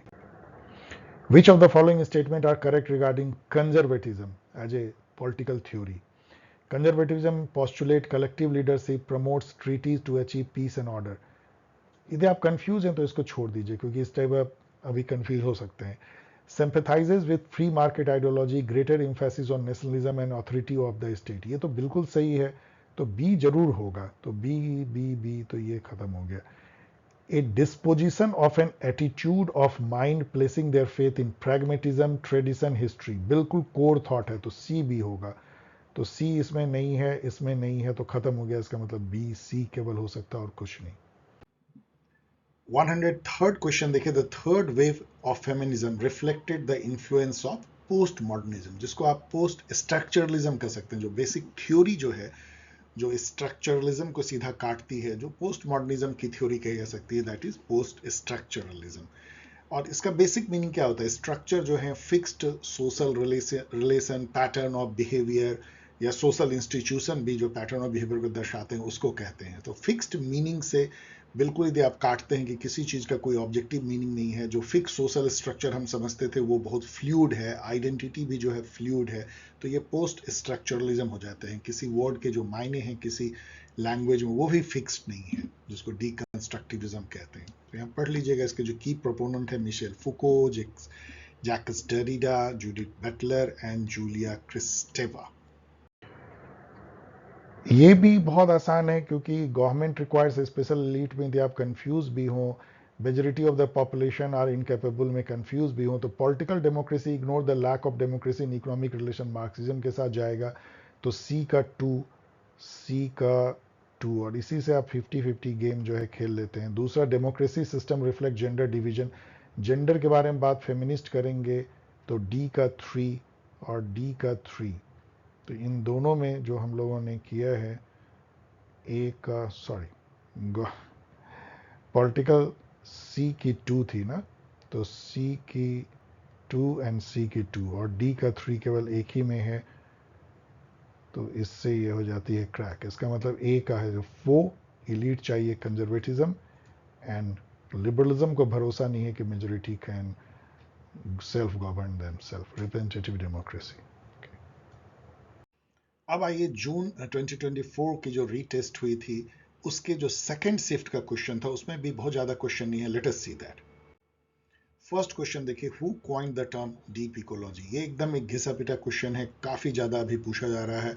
आर्ने नाइस, नॉर्वे के जो साइंटिस्ट हैं एक तरह से, उन्होंने इसको डीप इकोलॉजी का मतलब क्या होता है कि इकोलॉगिज्म, मतलब इकोलॉजी को यदि हम सेंटर में रखते हैं, इकोसेंट्रिसिज्म है, जहां पे कि इकोलॉजी या इन्वायरमेंट की रक्षा केवल इसलिए नहीं करनी चाहिए कि ह्यूमन को बेनिफिट है, अपने आप में इंट्रिंसिकली, अपने आप में ही वो बेहद मतलब जरूरी है, वही लाइफ है, हम उसके एक पार्ट हैं। यदि ये फीलिंग हो कि ह्यूमन सेंटर में नहीं है, उसकी नीड सेंटर में नहीं है, बट जो पूरे ह्यूमन नॉन लिविंग फॉर्म जिसको हम इकोलॉजी कहते हैं, लिविंग फॉर्म जो मिल करके बनता है, वो अपने आप में इंट्रिंसिकली उसका वजूद रहना इंपॉर्टेंट है, तभी मनुष्य है। ये जो फीलिंग है डीप इकोलॉजी है। यहाँ पे कैरोलिन मर्चेंट दिखती हैं, ये एक फेमस इको फेमिनिस्ट है। इनकी बुक जो है death of nature, women ecology and the scientific revolution को याद कर लीजिए, कई बार आपको हेल्प हो जाएगा। रैचल कार्लसन ने जो बुक लिखा था साइलेंट स्प्रिंग, वो तो इतनी बड़ी बुक थी कि उससे कई लोग कहते हैं कि इकोलॉगिज्म प्रकाश में आया। फिर सस्टेनेबल डेवलपमेंट रैचल कार्सन की, और मुरी बुकचिन जो है, ये कई एग्जाम में पूछा जा रहा है। सोशल इकोलॉजी जो कॉन्सेप्ट ये देते हैं, जोड़ते हैं, मतलब बेसिकली समाज में जो सोशल स्ट्रक्चर है, कैसे पावर जो है स्क्यूड है, कैसे पावरफुल इलीट हैं और बाकी मासेज हैं, कुछ लोग के पास में मनी है और कुछ लोग जो है हैव नॉट्स हैं। इस टाइप के जो स्क्यूड पावर रिलेशन है, पावर सोशल स्ट्रक्चर है, हिरार्की और स्टेटस बेस्ड, उससे ही जो है इकोलॉजी को खतरा होती है। हमें पहले अपने समाज को एक सोशलिस्ट समाज बनाना होगा, जिससे कि सोशलिज्म आएगी इकोलॉजी में भी। यदि हम ह्यूमन को ऊपर रखते हैं तो वो उसी टाइप का समाज बनेगा या इकोलॉजी बनेगी जिसमें कि समाज में किसी भी वर्ग को ऊपर रखा जाता है तो वो एक्सप्लॉइट करेगा, वो नेचर को भी एक्सप्लॉइट करता है। तो मतलब सोशल इकोलॉजी, पहले समाज को बदलिए तो इकोलॉजी जो है बदलेगी। Murray Bookchin, social ecology. Choose the correct statement regarding political theorist. अब यहां पे देखिए करेक्ट स्टेटमेंट है तो सी पे आइए। Antonio Gramsci wrote the famous book on principles on people's democratic dictatorship. ये माओ जेदान की बुक है। We all should know. यदि आप ये जानते हैं तो सी को एलिमिनेट कीजिए, सी को एलिमिनेट कीजिए और आपको आंसर मिल जाता है। ये काफी खासा डिफिकल्ट आपको हो सकता है क्योंकि इसमें बहुत अननोन है। इमैनुअल वॉलनस्टीन का वर्ल्ड सिस्टम थ्योरी के बजाय इसमें उन्होंने दूसरी बुक दे दी है। लेकिन पॉल क्रुगमैन, मैंने बताया था, the conscience of A liberal, यदि आप जानते हो। वैसे ये वेरी डिफिकल्ट है, तो बी के 1 से ये क्रैक हो जाता है। तो तो बाकी को मैच कर लीजिए। अब आइए सबसे पहले हम लोग जो लेटेस्ट पेपर हमारे पास में है, दिसंबर 2023 साइकिल शिफ्ट 1 मैंने लिखा है, लेकिन ये तो एक ही शिफ्ट है ही, इसमें एक ही शिफ्ट में हुआ था। सो चलिए देखते हैं। सॉरी कि ये क्वेश्चन पढ़ने में आपको दिक्कत हो सकती है, लेकिन मैं पढ़ देता हूं। पहला ही क्वेश्चन जो है आपको बम्प करता है, मतलब ये टफ क्वेश्चन है। Which of the following statement explains Bhikhu Parekh's conception of human nature. अब यहां पे यदि आप देखेंगे तो इन्होंने, भिखु पारेख ने एक बुक लिखी थी, सॉरी मेरी यहां जिस वे में मैं लिख रहा हूं रीथिंकिंग मल्टी कल्चरलिज्म। इन्होंने बुक लिखी थी रीथिंकिंग मल्टीकल्चरलिज्म। तो इस बुक में इन्होंने ह्यूमन नेचर पर भी अपने रोशनी डाला है। और आपको पता है कि ह्यूमन नेचर को समझने की कई थिंकर ने कोशिश की, चाहे हॉब्स हो, लॉक हो, रूसो हो, सभी ने, क्योंकि इवन मॉर्गनथौ ने ह्यूमन नेचर के ही बेसिस पे अपनी क्लासिकल रियलिज्म की थ्योरी बनाई। ह्यूमन नेचर क्या है? क्या ये यूनिवर्सल है क्योंकि हम सब एक स्पेसीज के एनिमल हैं, या ये अलग कल्चर में अलग तरह से ह्यूमन जो है वो बनते हैं, बिहेव करते हैं, अलग ह्यूमन होते हैं? क्या एक अमेरिकन जो व्यक्ति है और एक जो अफ्रीकन है अलग अलग है? कहने को एक स्पेसीज है, लेकिन इतने अलग हैं कि वो मुश्किल है उनका आपस में मेल होना या आपस में कोई कॉमनलिटी होना। इस तरह की बातें। क्या ह्यूमन नेचर गुड है जैसा कि लॉक कहते हैं, जैसा कि रूसो कहते हैं, या बुरा है, इविल है, विकेड है, इगोइस्टिक है जैसा हॉब्स कहते हैं, मैकियावेली कहते हैं? तो ये बहुत बड़ा एक विषय रहा है। अब देखिए भिखु पारेख के यहाँ पे 5 स्टेटमेंट है, और ये आपको खासे आपको कंफ्यूज कर सकते हैं क्योंकि इस तरीके से कोई तैयारी करता नहीं है। पहला स्टेटमेंट है, all reference to human nature should be subjected to the strictest scrutiny and viewed with a healthy dose of scepticism. ये सही है, ये वो कहते हैं, लेकिन ये अब तो मैं देख के कह रहा हूं इसलिए लेकिन आप कंफ्यूज हो सकते हैं, तो चलिए अभी इसको छोड़ दीजिए। Human beings are culturally embedded, अब आपकी आंखें चमकनी चाहिए, in the sense that they are born into and raised in and deeply shaped by the cultural communities. ये लाइन ऐसा है कि कोई भी मल्टी कल्चरलिस्ट, चाहे विल कमेल्का हो, चाहे भिखु पारेख, कहेंगे ही कहेंगे कि हम ह्यूमन कल्चरली इम्बेडेड है। इम्बेडेड का मतलब होता है जैसे तारबूज में बीजे जो हैं वो इम्बेडेड रहते हैं, घुसे रहते हैं गूदे में, वैसे ही जो है हम कल्चर में धसे हुए सेल्फ हैं। हमारा जो वजूद है हमारे कल्चर में ही धसा हुआ है। हम कैसे बोलते हैं, कैसे पहनते हैं, कैसे सोचते हैं, कैसे खाते हैं, कैसे इंटरेक्ट करते हैं, कैसे इंटरटेन करते हैं, कैसे अभिवादन करते हैं, सब हमारे कल्चर से आता है। हम जो हैं वो हमारे कल्चर से हम बने हैं, मतलब मल्टीकल्चरलिस्ट जो व्यू करते हैं। तो बी डेफिनेटली सही होगा, इसमें आपको सोचना नहीं कि भिखु पारेख ने कहा। तो अब देखिए बी इसमें सब में है, तो आपको कोई फायदा नहीं हुआ, लेकिन फिर भी सी देखिए, regardless of their different cultural context human beings behave more और less in a uniform manner when it comes to critical matters. अब ये आपको डीपली कंफ्यूज कर सकता है। क्या भिखु पारेख ने कहा होगा कि भले हम कल्चरली इतने डिफरेंट हैं लेकिन फिर भी क्रिटिकल मैटर में एक जैसा बिहेव करते हैं? चलिए इसको, although skin color, gender, height and other physical features are universally shared, they are all differently conceptualized and acquire different meaning and significance in different society। ये कौन बोलेगा नहीं? यदि बी सही है तो डी अपने आप सही हो जाता है, उसी बात को ये कह रहे हैं। तो डी यदि नहीं है तो आप काट सकते हैं, तो इसको काट दीजिए, और इन तीनों में डी है। और नेक्स्ट है, skin colour is given a deep metaphysical meaning and made the basis of differential distribution of power and status to all society। ये ऐसा भिखु पारेख के थॉट में नहीं है। अगेन मैंने पढ़ लिया इसलिए मैं बोल रहा हूँ, ये सब डिफिकल्ट है। तो ई आप जो है नहीं है, तो खैर ई तो इससे निकल जाती है। अब इन दोनों में यदि आप देखें बी सी डी और ए बी डी में, तो इसमें बी और डी कॉमन है, तो केवल ए और सी को चलिए पढ़ते हैं। ए है, all reference to human nature should be subjected to blah blah, जो मैंने देखा ये है, क्योंकि कोई भी जो ह्यूमन नेचर पे जो कोई कहता है उसको काफी जो है स्क्रूटनी होनी चाहिए। ये भिखु पारेख का थॉट है। तो ए इज बेटर देन सी, जहां पे कि एक ही तरीके से हम बिहेव करते हैं क्रिटिकल मैटर में, तो इसीलिए ABD सही होता है जो इसका ऑफिशियल आंसर है। बट मैं कह रहा हूं डियर स्टूडेंट कि इस 3-4 मिनट के डिस्कशन के बाद भी मैं बिल्कुल सेटिस्फाइड नहीं हूं। This question is very very difficult. यदि आप इसको नहीं कर पाते हैं तो डोंट हैव एनी प्रॉब्लम, मतलब कोई शर्म आपको नहीं होनी चाहिए। The process in which the dictatorial ruling elite introduces liberalizing reforms that ultimately lead to democratic transition is, ये एकदम एक लैंग्वेज का क्वेश्चन है। क्या है कि एक डिक्टेटोरियल रूलर है और वो खुद ही जो है कहता है कि चलो डेमोक्रेटाइजेशन का प्रोसेस स्टार्ट करते हैं, और वो डेमोक्रेट ट्रांजिशन लाता है। तो ये क्या है? टॉप डाउन डेमोक्रेटिक ट्रांजिशन है, मतलब ऊपर से लाया गया है, कोई नीचे कोई आंदोलन नहीं हुआ है। सो टॉप डाउन, तो ये एकदम एक लड्डू क्वेश्चन बन जाता है लैंग्वेज के बेसिस पे। तो एक टफ एक लड्डू। अब यहां पे देखिए अगेन ये क्वेश्चन आपको काफी कंफ्यूज कर सकता है। ये आजकल पता नहीं है क्यों देने लगे हैं कि इसको क्रोनोलॉजिकली अरेंज कीजिए। तो ये कहते हैं जो कॉन्सेप्ट ऑफ सिविल सोसाइटी जो है historically sequence that historically and conceptually present the concept of civil society. तो इसको क्रोनोलॉजिकली अरेंज कर दीजिए या सीक्वेंस में। तो अब यहां यदि आप देखेंगे तो जो अब मैंने तो कई बार पढ़ा है इसलिए आपको जल्दी करने के लिए मैं कह रहा हूं कि the concept found a significant place in the writing of Hegel and Marx in 19th century. इससे आगे का कहीं नहीं है इसमें, मतलब ये 19th सेंचुरी से पहले की सारी बातें 17th 18th है पहले। तो डी से तो अंत होगा ही। तो आपने 50-50 गेम खेल लिया। अब यहां सी से शुरू हो रहा है, ई से शुरू हो रहा है। आप सी को पढ़िए। Civil society is one among many spheres of larger society along with family, economy, politics etc. सही है। और पहले कौन आएगा? ई देखिए। The first articulation of the concept took place in 17th 18th century in Europe.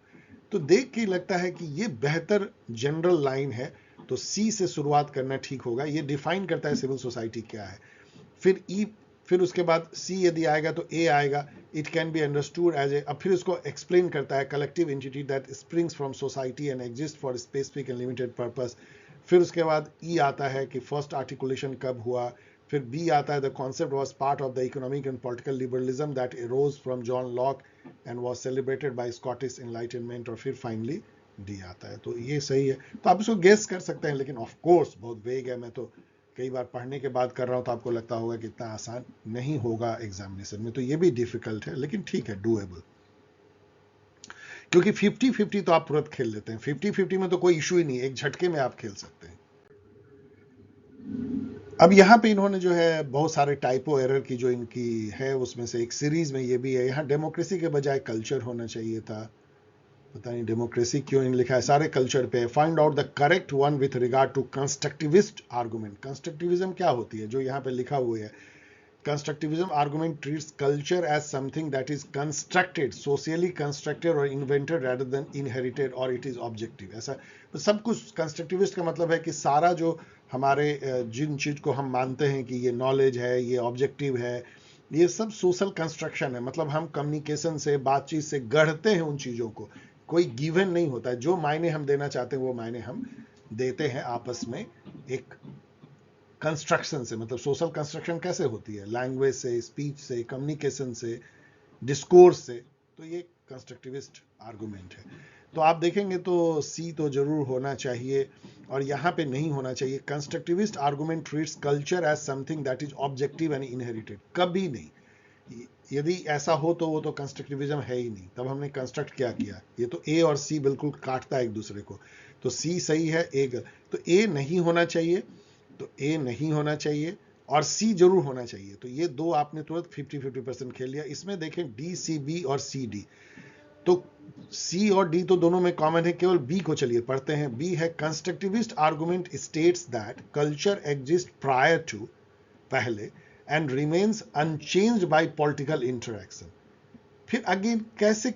यदि कोई भी कंस्ट्रक्टिविस्ट नहीं बोलेगा कि कल्चर रिमेन अनचेंज्ड, क्योंकि ये तो कंटिन्यूअस डायलॉग से जो है, जो मायने हैं रोज नए गढ़े जाते हैं। तो ये बी अपने आप गलत हो जाता है। तो सही होगा C and D. Doable, doable but difficult, इसको मैं मीडियम लेवल का कहता हूं। अब ये है which of the following observation are correct about deliberative democracy. ये क्वेश्चन इसलिए बहुत आसान हो जाता है कि इसका ऑप्शन के चलते। यहां देखिए 3 सही है, एक ही गलत है। आपको केवल एक गलत को ढूंढना है। आप जब इसको पढ़ते जाएंगे तो एक यहाँ पे गलत स्टेटमेंट इतना आगे आएगा आपके आंख के सामने कि आप उसको हटा नहीं सकते हैं। वो है The central claim is that a political decision or system is legitimate even if it cannot command free and reasoned agreement among citizens. ये नो नो नो है, मतलब इसको कैनॉट को हटा दीजिए. डेलिबरेटिव डेमोक्रेसी का कॉन्सेप्ट यही है कि कोई भी डिसीजन जो है किसी भी पब्लिक अरेंजमेंट में लेजिटिमेट नहीं है यदि उसको पीपल ने फ्री और रीजन आर्गुमेंट के थ्रू, एक डेलिब्रेशन के थ्रू यदि वो नहीं डिसीजन लिया गया है, और इसी को ये काटता है. तो सी को बस हटा दीजिए, तो सी हट जाएगा, सी हट जाएगा, तो क्या बच जाएगा आपका? बच जाएगा सी, दोनों में हमने हटा दिया, तो बचा बी डी ई और ए बी ई. अब इसका मतलब है कि इसमें आप देखेंगे तो आपको कॉमन क्या है?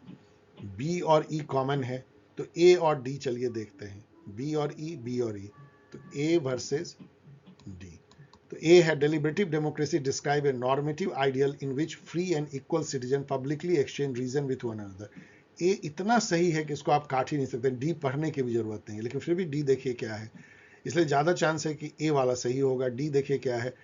Clearly, this is a practical conception which contemporary political life with partisan rivalries and messy compromise often come. No, यदि इतनी partisan rivalry होगी तो कभी deliberation नहीं होगा, इसलिए डी गलत है. तो ए बी ई डूएबल है, मीडियम लेवल का क्वेश्चन. अब ये जो क्वेश्चन है ये बड़ा मजेदार है, ये लड्डू क्वेश्चन बन जाता है. इन्होंने बनाने की कोशिश की होगी टफ. अब ये अगेन उसी टाइप बात करते हैं कि इसको अरेंज करो sequentially, Marxist conception of materialistic conception of history जो है.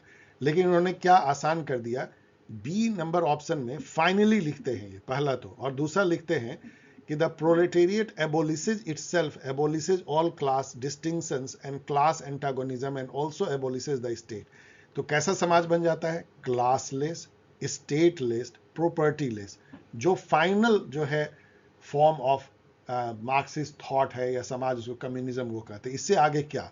इसका मतलब बी से अंत होगा ही, उससे उसके बाद कुछ हो ही नहीं सकता है, और बी से अंत होता हुआ केवल एक ही है. इसका मतलब हमको पढ़ने की भी जरूरत नहीं, बाकी आप लेकिन बिना पढ़े मत जाइएगा. तो ये लड्डू क्वेश्चन बन जाता है इजी.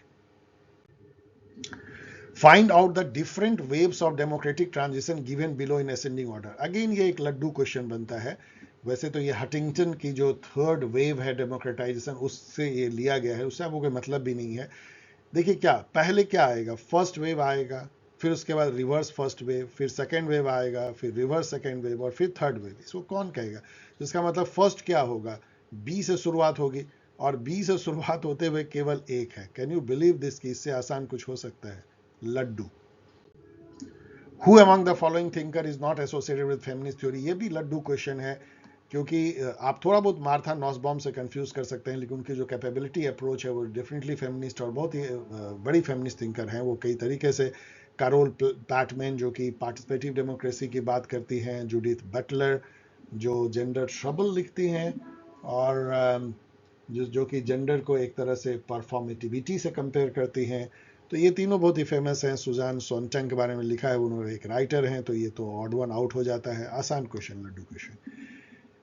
यहाँ पे देखिए रीजन एजर्सन है, ये बड़ा मजेदार है. इसको चलिए मैं पढ़ता हूँ. ये भी काफी वेग है, लेकिन शायद डुएबल है यदि आप ब्रेन सेल को थोड़ा सा मतलब काबू में रखें और गर्म ना होने दें. एजर्सन है, इट इज प्लॉजिबल, प्लॉजिबल मतलब it is possible, it is arguable, it is plausible to think that autonomy involves, individual autonomy की बात हो रही है, a kind of skill that individual must develop, exercise and maintain. कौन बोलेगा नहीं, आपको ये ऑटोनॉमी मेंटेन करना है. This ongoing process of planning and managing is not automatic, but requires efforts and resources that are secured by social and material conditions provided by the state. कौन बोलेगा नहीं कि भाई ये सब बहुत जनरल बातें हैं, तो ट्रू है. रीजन कहता है, however, the commitment to individual autonomy cannot force the liberal state, अब यह liberal state की बात हो रही है, cannot force the liberal state to provide the social and material conditions by which citizen could come in to be autonomous. It must depend on the individual to strive independently for achieving this autonomy. मतलब ये कहता है कि liberal state किसी भी तरीके से कोई हेल्प नहीं करेगा इंडिविजुअल का ऑटोनॉमी मेंटेन करने में. क्या ऐसा आउटलैंडिश स्टेटमेंट कभी आप एक्सेप्ट करेंगे? टी.एच. ग्रीन को याद कीजिए, जहां वो कहते हैं कि स्टेट ही वो कंडीशन प्रोवाइड करता है जिससे इंडिविजुअल अपने को बेस्ट जो है वो फ्लरिश कर सकता है, जिससे कॉमन गुड बढ़े। कई थिंकर ऐसा कहते हैं स्टेट ही वो कंडीशन देता है जिससे कि एरिस्टोटल से लेके और प्लाटो तक सभी। तो इसीलिए ये लिबरल स्टेट का ऐसा फंक्शन नहीं है। ये नहीं ऐसा है कि वो ऐसा बिल्कुल हेल्प ही नहीं करेगा इंडिविजुअल को, किसी तरह का रिसोर्स प्रोवाइड नहीं करेगा ऑटोनॉमी मेंटेन करने में। तो इसको आप फॉल्स कह सकते हैं, इसको ट्रू। तो क्या हो जाएगा, A is true but R is false. Logic का इंटाइटलमेंट थ्योरी पे नेक्स्ट क्वेश्चन है, जो कि मीडियम लेवल क्वेश्चन है। इसमें केवल यदि आप इतना भी याद रखें कि इनके तीन ही इनके बेसिकली प्रिंसिपल है। फर्स्ट है principle of just initial acquisition, मतलब ये कहता है कि यदि शुरू में जब पूरा अर्थ अनओन्ड था, यदि हमने जस्ट तरीके से प्रॉपर्टी एक्वायर किया है तो ठीक है, अच्छा है। और यदि प्रिंसिपल ऑफ ट्रांसफर है जस्ट ट्रांसफर, कि जो भी हमने एक्वायर किया दी उसको हमने जस्ट तरीके से फिर फ्रीली ट्रांसफर किया, तो वो भी जस्ट है, मतलब ठीक है। और a principle of rectification of justice, यदि इन दोनों में एरर हुआ है, यदि हमने अनजस्ट तरीके से एक्वायर किया है या अनजस्ट तरीके से ट्रांसफर किया है, तो उसको रेक्टिफाई किया जाना चाहिए। यही तीन है। तो ये जो ऑड वन आउट हो जाता है प्रिंसिपल ऑफ फाइनल एक्विजिशन, इसलिए इसको आप निकाल सकते हैं। तो इसलिए ये क्वेश्चन मीडियम लेवल का है। What is the main argument of philosophical anarchism, ये क्वेश्चन जो है गलत इन्होंने आंसर दिया था। इन्होंने आंसर दिया था that no state in fact has authority, जबकि एक्चुअल ये है कि फिलोसॉफिकल एनार्किज्म के अनुसार स्टेट को कोई लेजिटिमेट अथॉरिटी नहीं है शासन करने का। किसी भी ऐसे अथॉरिटी को जो कोएर्सिव है, मतलब फोर्स पे आधारित है, और जो हिरार्किकल है, उसको फिलोसॉफिकल एनार्किज्म रिजेक्ट करता है। इसीलिए वो स्टेट को एक अननेसेसरली इविल मानता है, जो यहां लिखा है that no state should exist. तो मेरे अनुसार से बेटर आंसर है ये। Choose the correct statement given below, conflict in society and politics is inevitable. कौन बोलेगा नहीं, तो ये तो ए होना ही है। तो ए यदि नहीं है तो इसको हटा दीजिए। The usages of violence in conflict can not be eliminated by protest against such violence, कौन बोलेगा नहीं। इस तरह से क्या आप आग से आग को बुझा सकते हैं, तो बी जरूर होना चाहिए। लेकिन ये सब पढ़ते पढ़ते आप यहां आएंगे। The use of non violent method is guarantee of success, कितना आउटलैंडिश स्टेटमेंट। कोई कह सकता है कि आप यदि नॉन वायलेंट मेथड अपना ले तो एकदम आपको सक्सेस मिलेगा ही मिलेगा, कोई जरूरी नहीं है। तो डी नहीं होगा, तो डी यहां खत्म, यहां खत्म, यहां खत्म, सीधा ए बी सी आपका आंसर निकल गया एलिमिनेशन से। Which one of the following is, सब आसान क्वेश्चन है लड्डू। Which one of the following is not the key element of direct democracy, लड्डू question. Referendum, recall, plebiscite, initiative सारे हैं, लेकिन फिलिबस्टरिंग तो आप लोग सभी जानते होंगे कि अमेरिका के सीनेट में, क्योंकि वहां पे अमेरिका के जो अपर हाउस है उसका नाम है सीनेट, और वहां की जो पार्लियामेंट है उसको कहते हैं कांग्रेस। कंफ्यूज मत कीजिए, कांग्रेस कोई पार्टी नहीं है। जैसे अपने यहाँ पार्लियामेंट है, वहां कांग्रेस है। कांग्रेस की दो धड़े हैं। जो लोअर हाउस है उसको कहते हैं हाउस ऑफ रिप्रेजेंटेटिव, जो अपने यहाँ लोकसभा है। जो अपने यहाँ राज्यसभा है वहां पे सीनेट कहलाती है। सीनेट में क्या है, बहुत सारे प्रिविलेज होते हैं सीनेटर को। उसमें से एक है कि कोई टाइम लिमिट नहीं है, जितना देर बोलना है बोलो। तो वैसे में कुछ फिलिबस्टर्स होते हैं जो कि घंटों भाषण दे सकते हैं किसी भी टॉपिक पे, और उनको इसलिए डिप्लॉय किया जाता है कि बिल उस दिन पास ना होने पाए। रात में 12 बजे तक बकड़ बकड़ करते रहेंगे, फिलिबस्टरिंग करते रहेंगे, सब लोग सो जाएंगे तो उस टल जाएगी। वैसे ये मतलब पहले ज्यादा होता था, अब कम होती है फिलिबस्टरिंग। ये तो इसका कोई नाता डायरेक्ट डेमोक्रेसी से नहीं है।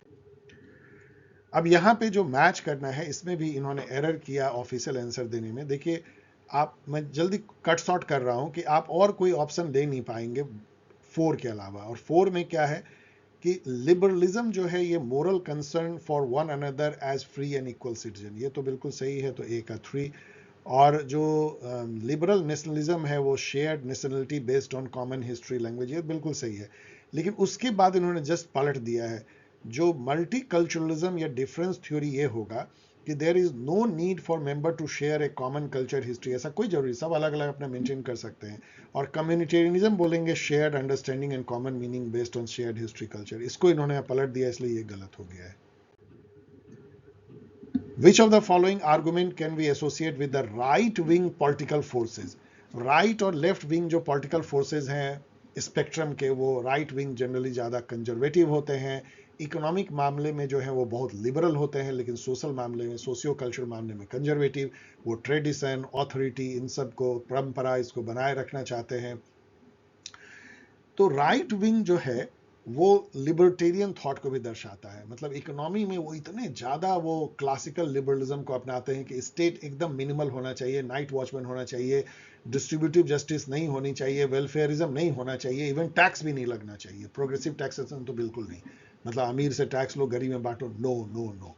तो यदि इनके थॉट को यदि हम देखें तो ये क्वेश्चन आप डूएबल है लेकिन डिफिकल्ट है। जैसे आप यहाँ पे देखिए, यहाँ पे आप आइए, has the welfare state help the poor overcome the disadvantage and participate in, ये सब क्वेश्चन ये रेज करते हैं। लेकिन सबसे अच्छा ये है, has the welfare state created a class of welfare dependent caught in A poverty trap.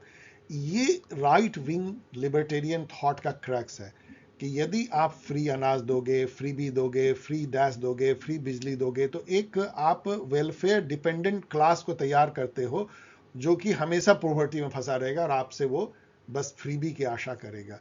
तो डी जो है वो क्लासिकल जो है राइट विंग आर्गुमेंट है, तो डी जरूर होना चाहिए। तो डी जो है इसमें नहीं है तो इसको काट दो, इसमें नहीं है तो काट दो।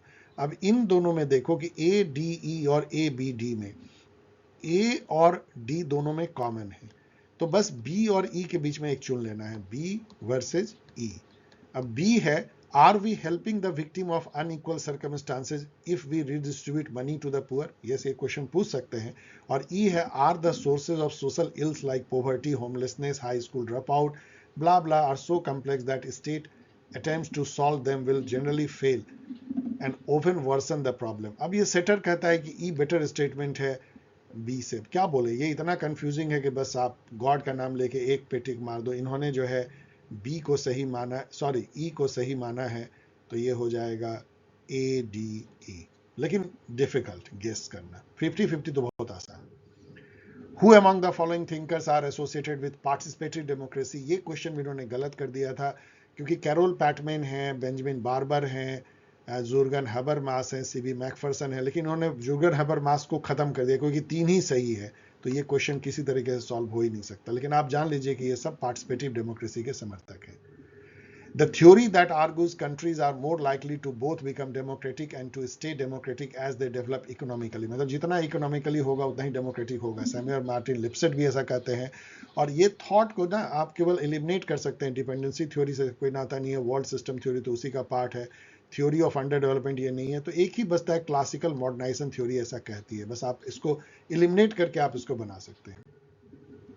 ये तो मैंने जस्ट दे दिया है कि एक और क्वेश्चन इसमें 5 थी पॉलिटिकल थ्योरी से, सिविक वर्च्यू क्या होता है और राइट विंग इसके बारे में क्या सोचता है और फिर अगेन से राइट विंग आता है। इनफैक्ट इसको पढ़ के आप उस राइट विंग वाले क्वेश्चन को बना भी सकते हैं। तो आप देख सकते हैं डियर स्टूडेंट कि ये जो लेटेस्ट पेपर हुआ है उसमें पॉलिटिकल थ्योरी से कितने ज्यादा क्वेश्चन हैं और कितना मतलब कितने तरह के वेरी लेवल करते हैं। ये भी आप देख सकते हैं कहाँ से क्वेश्चन पूछे जा रहे हैं, मल्टीकल्चरलिज्म से है, डेमोक्रेसी से है, एक दो राइट से है, और बहुत ही मिक्स टाइप के क्वेश्चन हैं। पार्टिसिपेटिव डेमोक्रेसी एंड अदर्स से भी क्वेश्चन है।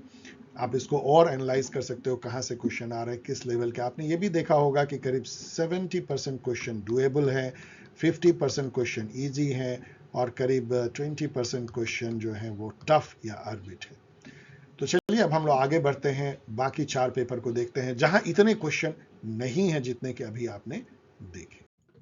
चलिए अब इसके पहले की जो साइकिल थी जून 2023 इसमें कि 2 पेपर हमारे पास में, उस पे देखते हैं पॉल थ्योरी के कैसे क्वेश्चन आए थे, किस लेवल के।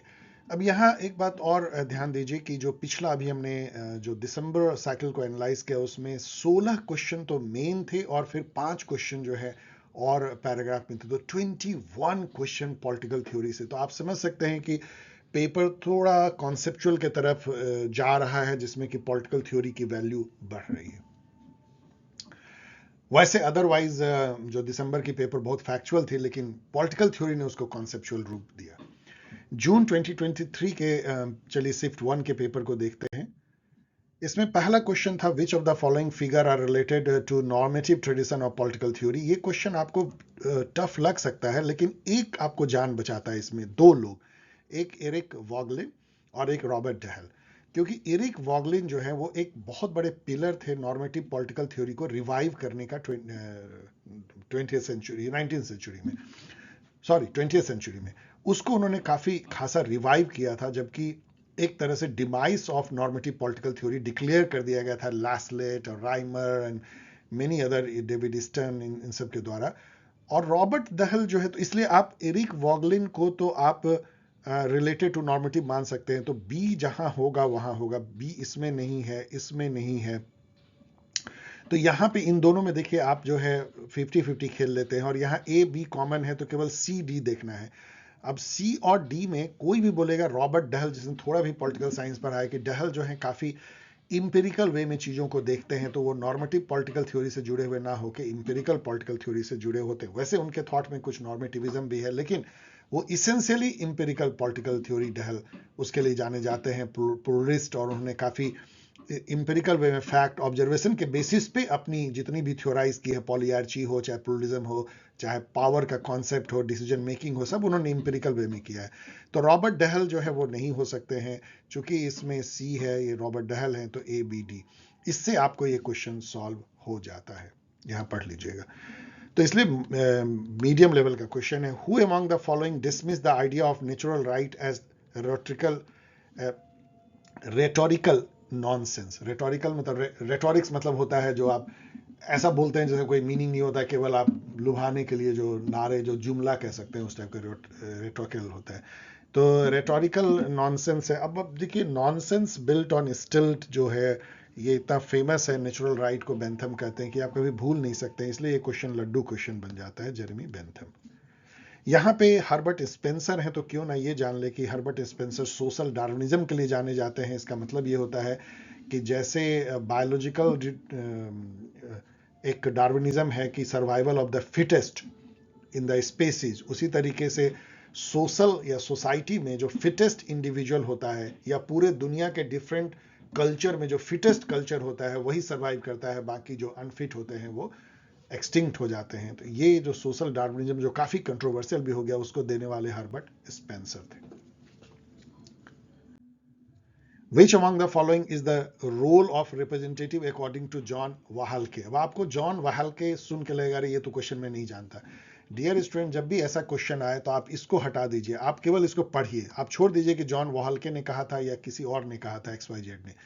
देखिए, जो रिप्रेजेंटेटिव डेमोक्रेसी में होते हैं, ये आज के समय में रिप्रेजेंटेटिव डेमोक्रेसी है, जो लॉक के द्वारा शुरू किया गया, इंग्लैंड ने अपनाया और हम लोग सब उसको अपनाते हैं।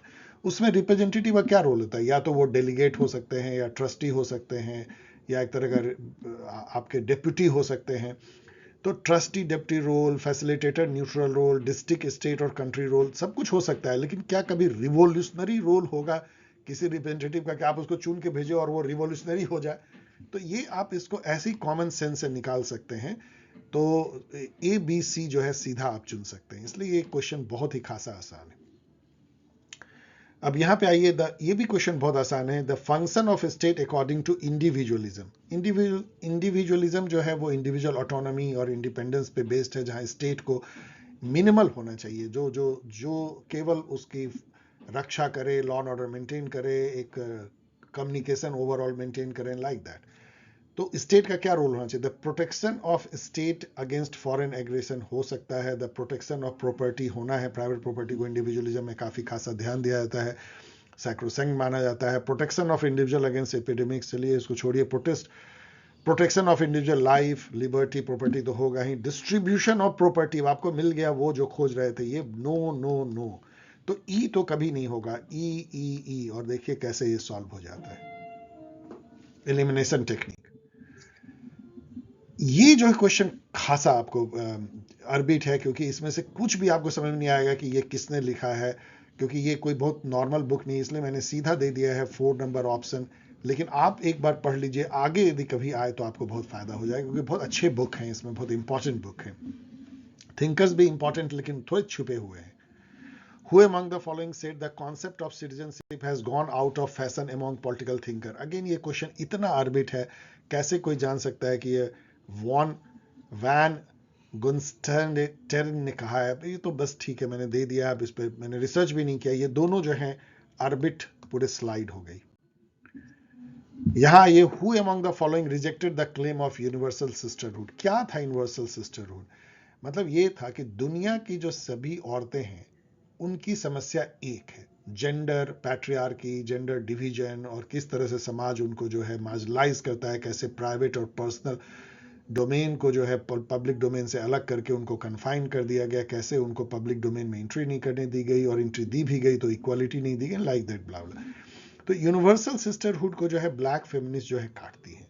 वो कहते हैं कि ये बहुत सिंपलिस्टिक है कि सभी जो वुमेन है उनका एक इशू है, एक जैसा उनका मामला है। ऐसा नहीं है। हम जो है रेस, जेंडर, क्लास, कास्ट और इन सब वो कैसे जो है जेंडर के साथ जो है वो इंटरसेक्शनलिटी होती है। मतलब एक दलित वुमेन का जो समस्या है वो एक ब्राह्मण औरत से अलग है, एक ब्लैक औरत की जो समस्या है वो अमेरिकन व्हाइट औरत से अलग है। ये बात को ब्लैक फेमिनिस्ट दर्शाते हैं, ये इंटरसेक्शनलिटी को बढ़ावा देते हैं। तो ब्लैक फेमिनिस्ट मीडियम लेवल का question, find the correct statement with regard to post colonial feminism. Feminism से 2 क्वेश्चन है, ये भी मीडियम लेवल का इसलिए है, शायद इजी भी, क्योंकि आप पढ़ते पढ़ते यहां आ जाएंगे। There is a universal approach to understand subordination of women. कभी पोस्ट कॉलोनियलिज्म नहीं बोलेगा कि एक यूनिवर्सल अप्रोच है। यही तो है पोस्ट कॉलोनियलिज्म की, ये जो कॉलोनियल स्टेट हैं, जो दबाए गए हैं, उनके जो वुमेन की जो प्रॉब्लम है वो, और जो कॉलोनियल मास्टर रहे उनके वुमेन की प्रॉब्लम अलग अलग लेवल से देखने की जरूरत है। ऐसा नहीं है कोई एक यूनिवर्सल अप्रोच आप ले लेंगे। ये भी उसी तरह की बात करते हैं जो ब्लैक फेमिनिस्ट करते हैं। तो यदि आप डी को निकाल देंगे तो फिर यहाँ डी डी डी तो एक ही बच जाता है और आसान, eliminate D. Consider the following regarding generation of humanity. ये क्वेश्चन खासा आसान है, आप इसको इजी कह सकते हैं, क्योंकि फर्स्ट जनरेशन राइट जो है सिविल एंड पॉलिटिकल राइट्स होते हैं, जो हमारे यहाँ फंडामेंटल राइट में दिखते हैं, right to freedom of speech, right to freedom of religion, right to freedom movement and blah blah, and political right to vote and universal franchise. Second generation right जो है सोशियो इकोनॉमिक राइट है, right to livelihood, right to education, right to work, like that. Also cultural right की यदि हम individual और cultural right, यहाँ confuse मत कीजिएगा, ग्रुप राइट से ये नहीं है। इंडिविजुअल को एक कल्चरल कम्युनिटी के मेंबर होने के तहत जो है उसको अपनी ऑटोनॉमी है कि वो किसकी पूजा करे, किस तरह से जीवन जिए, किस तरह से बिहेव करे, किस तरह से खाए पिए पहने, इस पर जो है बंदिश नहीं होनी चाहिए, इसकी फ्रीडम होनी चाहिए। थर्ड जनरेशन राइट जो है वो कलेक्टिव या ग्रुप राइट है, जब एक माइनॉरिटी को लिंग्विस्टिक, इथनिक, कल्चरल एक अलग राइट दी जाती है, अबोरिजिनल को राइट दी जाती है। और green rights, right to clean air, right to pollution free environment, इस टाइप की जो बात है, right to self determination, right to development, ऐसी बात जो है ये थर्ड जनरेशन में आ जाती है। यदि आप इतना जानते हैं तो देखिए, first generation focused on civil political right सही है, second generation focused on collective right. जैसे ही आता है आप इसको काट दीजिए बी को, तो बी यहाँ खत्म हो गई, बी यहाँ खत्म हो गई। तो इन दोनों में आप देखेंगे तो ए सी डी ए डी, इसका मतलब ए डी जो है वो कॉमन है। तो केवल क्या बच गया, सी और ई में पढ़ते हैं। सी है the third generation focused on political right, no ये गलत है, second generation focused on political right. तो सी वाली गलत हो गए, तो एक ही बच गया, और वो कौन सा बच गया, ए डी ई, आसान। तो आपने देखा कि जून 2023 में क्वेश्चन बहुत थोड़े थे और कुछ क्वेश्चन तो टफ थे, लेकिन कुछ क्वेश्चन काफी आसान थे। अब आइए शिफ्ट 2 में देखते हैं। Who among the following has defined deliberative democracy in terms of pluralistic association? अब ये एक ऐसा क्वेश्चन जो मैं बिल्कुल आपके लिए छोड़ देता हूं, मैं रिसर्च भी नहीं कर पाया, इसका मुझे अब याद भी नहीं कि उन्होंने ऑफिशियल आंसर क्या दिया था। जेसुआ कोहन ने काफी काम किया है डेलिबरेटिव डेमोक्रेसी पे, लेकिन ये जो कहते हैं in terms of pluralistic association, research कर लीजिए। Difficult question. Which among the following right is not group right according to Will Kymlicka का। ये सब बहुत ही इजी क्वेश्चन है, क्योंकि इसमें राइट टू स्पीडी ट्रायल क्या, कभी कॉमन सेंस से ही सोचिए, कभी कोई मल्टीकल्चरल राइट हो सकता है क्या, सेल्फ गवर्निंग राइट्स होना चाहिए माइनॉरिटी को, पॉली इथनिक राइट होनी चाहिए, स्पेशल रिप्रेजेंटेशन राइट होनी चाहिए, रिजर्वेशन हो सकता है, मेनी अदर। ये आप इसलिए आसानी से कर सकते हैं कि ये दो बहुत फेमस है। इथिक्स ऑफ केयर जो है, पहले चलिए इथिक्स ऑफ केयर में आपको बता दूं कि इसका मायने क्या होता है। इथिक्स ऑफ केयर जो है, पहले तो इथिक्स जो है जो सोसाइटल जो मोरल नॉर्म होता है उसको इथिक्स कहते हैं। जो सोसाइटी वाइड जिसको एक्ट को अच्छा माना जाता है, जो करना चाहिए, वो इथिक्स है। वो इथिक्स से हम बाउंड होते हैं, मतलब कि सोसाइटी का मोरलिटी क्या है। तो इथिक्स ऑफ केयर जो है वो ये कहता है कि जो वुमेन जो करती हैं, बूढ़े की सेवा करती हैं फैमिली में, बच्चों का जो है वो उसको पालती हैं, घर को संभालती हैं, जो केयरिंग, जो इवन नर्स भी वही बनती हैं। तो इसका जो पूरा जो इथिक्स है वो जस्टिस से डिवॉइड हो चुका है। जो जो जस्टिस का जो कॉन्सेप्ट है, जस्टिस एज फेयरनेस, इम्पार्शियलिटी, वो मेल कॉन्सेप्शन है जो कि इथिक्स ऑफ केयर से एक तरह से डाइवोर्स्ड हो गया है। ये कॉन्सेप्ट है कैरोल गिलिगन का। तो ये बहुत ही इंपॉर्टेंट है इथिक्स ऑफ केयर जो थीसिस है। तो ए का 2 और ए के 2 से आप 50% आप एलिमिनेट कर देते हैं। Sexual politics Kate Millett B का 1, तो इससे आपको ये क्रैक हो जाता है। इस चलते, इन दोनों के चलते ये क्वेश्चन आसान बन जाता है। यहाँ पे जो एक फ्रेंच वर्ड आया है, एक रिचुअल फेमिनिन, मैं प्रोनाउंस सही नहीं कर रहा हूँ, उसका मीनिंग आपको जानना चाहिए, जिससे जुड़ी हुई हैं हेलेन सेकॉक्स। तो इक्रिचर फेमिन जो इसका मीनिंग इंग्लिश में होता है, a French term that translate to feminine writing, जो कि मेल राइटिंग से बहुत अलग होती है, क्योंकि फेमिनिन राइटिंग एम्फेसिस करती है बॉडी पे, और उसके जो डिफरेंट मायने दिए जाते हैं डिफरेंट सोसाइटी में, जो senses, empathy, emotions, relativeness and all. तो पावर ऑफ हॉरर आप इनसे जोड़ सकते हैं, तो आप इसे को याद कर सकते हैं आगे के लिए। Which of the following statement given by Joan Linge and Alfred Stephen are true? Again जो है ये क्वेश्चन में आपको ये नहीं जानना है जोआन लिंज और अल्फ्रेड स्टीफन, आप इसको सीधा तौलिए अपने कॉमन सेंस से और अपने नॉलेज से। Both civil society and political society are complementary to each other. ये कौन बोलेगा नहीं? तो ए जो है होना ही चाहिए, यदि ए नहीं है, इसमें नहीं है, इसमें नहीं है, तो खत्म हो गया। इन दोनों में देखिए ए सी ई और ए बी। तो अब हम लोग देखते हैं, ए तो खैर कॉमन है, अब चलिए बी सी ई को देखते हैं। B, the complementarity is always recognize, not necessarily. ये कौन बोलेगा कि ऑलवेज रिकॉग्नाइज? इतना हार्ड स्टेटमेंट है, तो इसको चलिए अभी छोड़ दीजिए। Rule of law is condition for consolidation of democracy, कौन बोलेगा नहीं? तो सी तो होना चाहिए बिल्कुल। मॉडर्न कंसोलिडेटेड डेमोक्रेसी है प्योर मार्केट इकोनॉमिक्स ओनली। अब आपको मिल गया वो आउटलैंडिश स्टेटमेंट जो बिल्कुल गलत है। कभी ऐसा कोई कह सकता है कि modern consolidated democracies have pure market economics? नहीं, इसमें गवर्नमेंट ऑलवेज वेलफेयरिज्म करती है, इंटरवीन करती है, तो डी नहीं हो सकता है। तो खैर डी से तो वैसे भी हम लोगों ने हटा दिया है। Modern democracies must have effective capacity to command, regulate and extract. तो आप देख सकते हैं कि ए सी ई जो है दोनों ही आपको स्टेटमेंट सी और ई बहुत ही सही है, तो इसलिए आप इसको चुन लीजिए। मीडियम लेवल का question, moderate. Which of the following statement does not indicate a deepening of democracy facilitated by gendering politics in India? Gendered politics क्या होती है? जहां पे कि पॉलिटिक्स में जेंडर को ध्यान रखा जाता है, जेंडर सेंसिटिवनेस होती है, जहां पे ऐसे पॉलिसी बनाए जाते हैं जो जेंडर न्यूट्रल हो, जेंडर को यदि कोई हार्म हुआ है, फेमिनिन जेंडर, तो उसको आगे लाने के लिए पॉजिटिव डिस्क्रिमिनेशन हो, इसको जेंडर पॉलिटिक्स कहते हैं। तो इसमें सब कुछ ठीक है, लेकिन यहाँ आइए आप, women from upper caste carrying out A silent revolution, क्या ये आप कहेंगे कि ये डेमोक्रेसी को डिपेंड करती है? यदि अपर कास्ट की वुमेन एक साइलेंट रिवॉल्यूशन कर रही हो, तो यदि बैकवर्ड कास्ट की कर रही हो, तो आप समझ भी सकते हैं। तो इसको आप निकाल दीजिए, और यहाँ नॉट पूछ रहा है, बाकी सब होगा। ये सब इतने जनरल स्टेटमेंट है। Women participating in politics as a community और ग्रुप, सही है।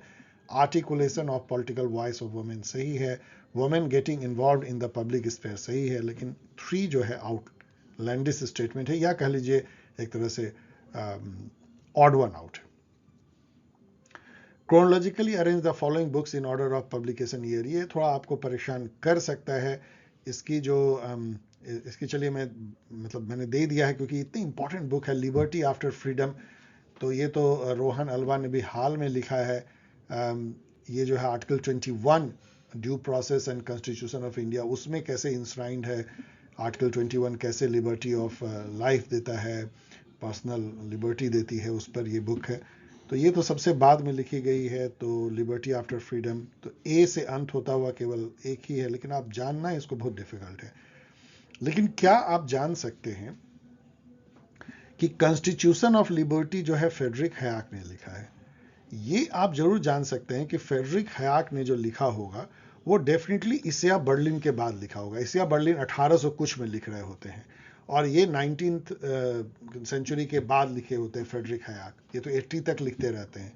तो इससे क्या होगा कि सी जो है, सी आएगा बाद में, और बी या डी आएगा पहले, तो BC हो सकता है और DC हो सकता है। तो आप देखिए यहाँ BC तो इसमें है, BC है, लेकिन इसमें CB है तो हटा दीजिए, इसमें भी CB है तो हटा दीजिए। तो ये 50-50 गेम आपने इससे खेल लिया।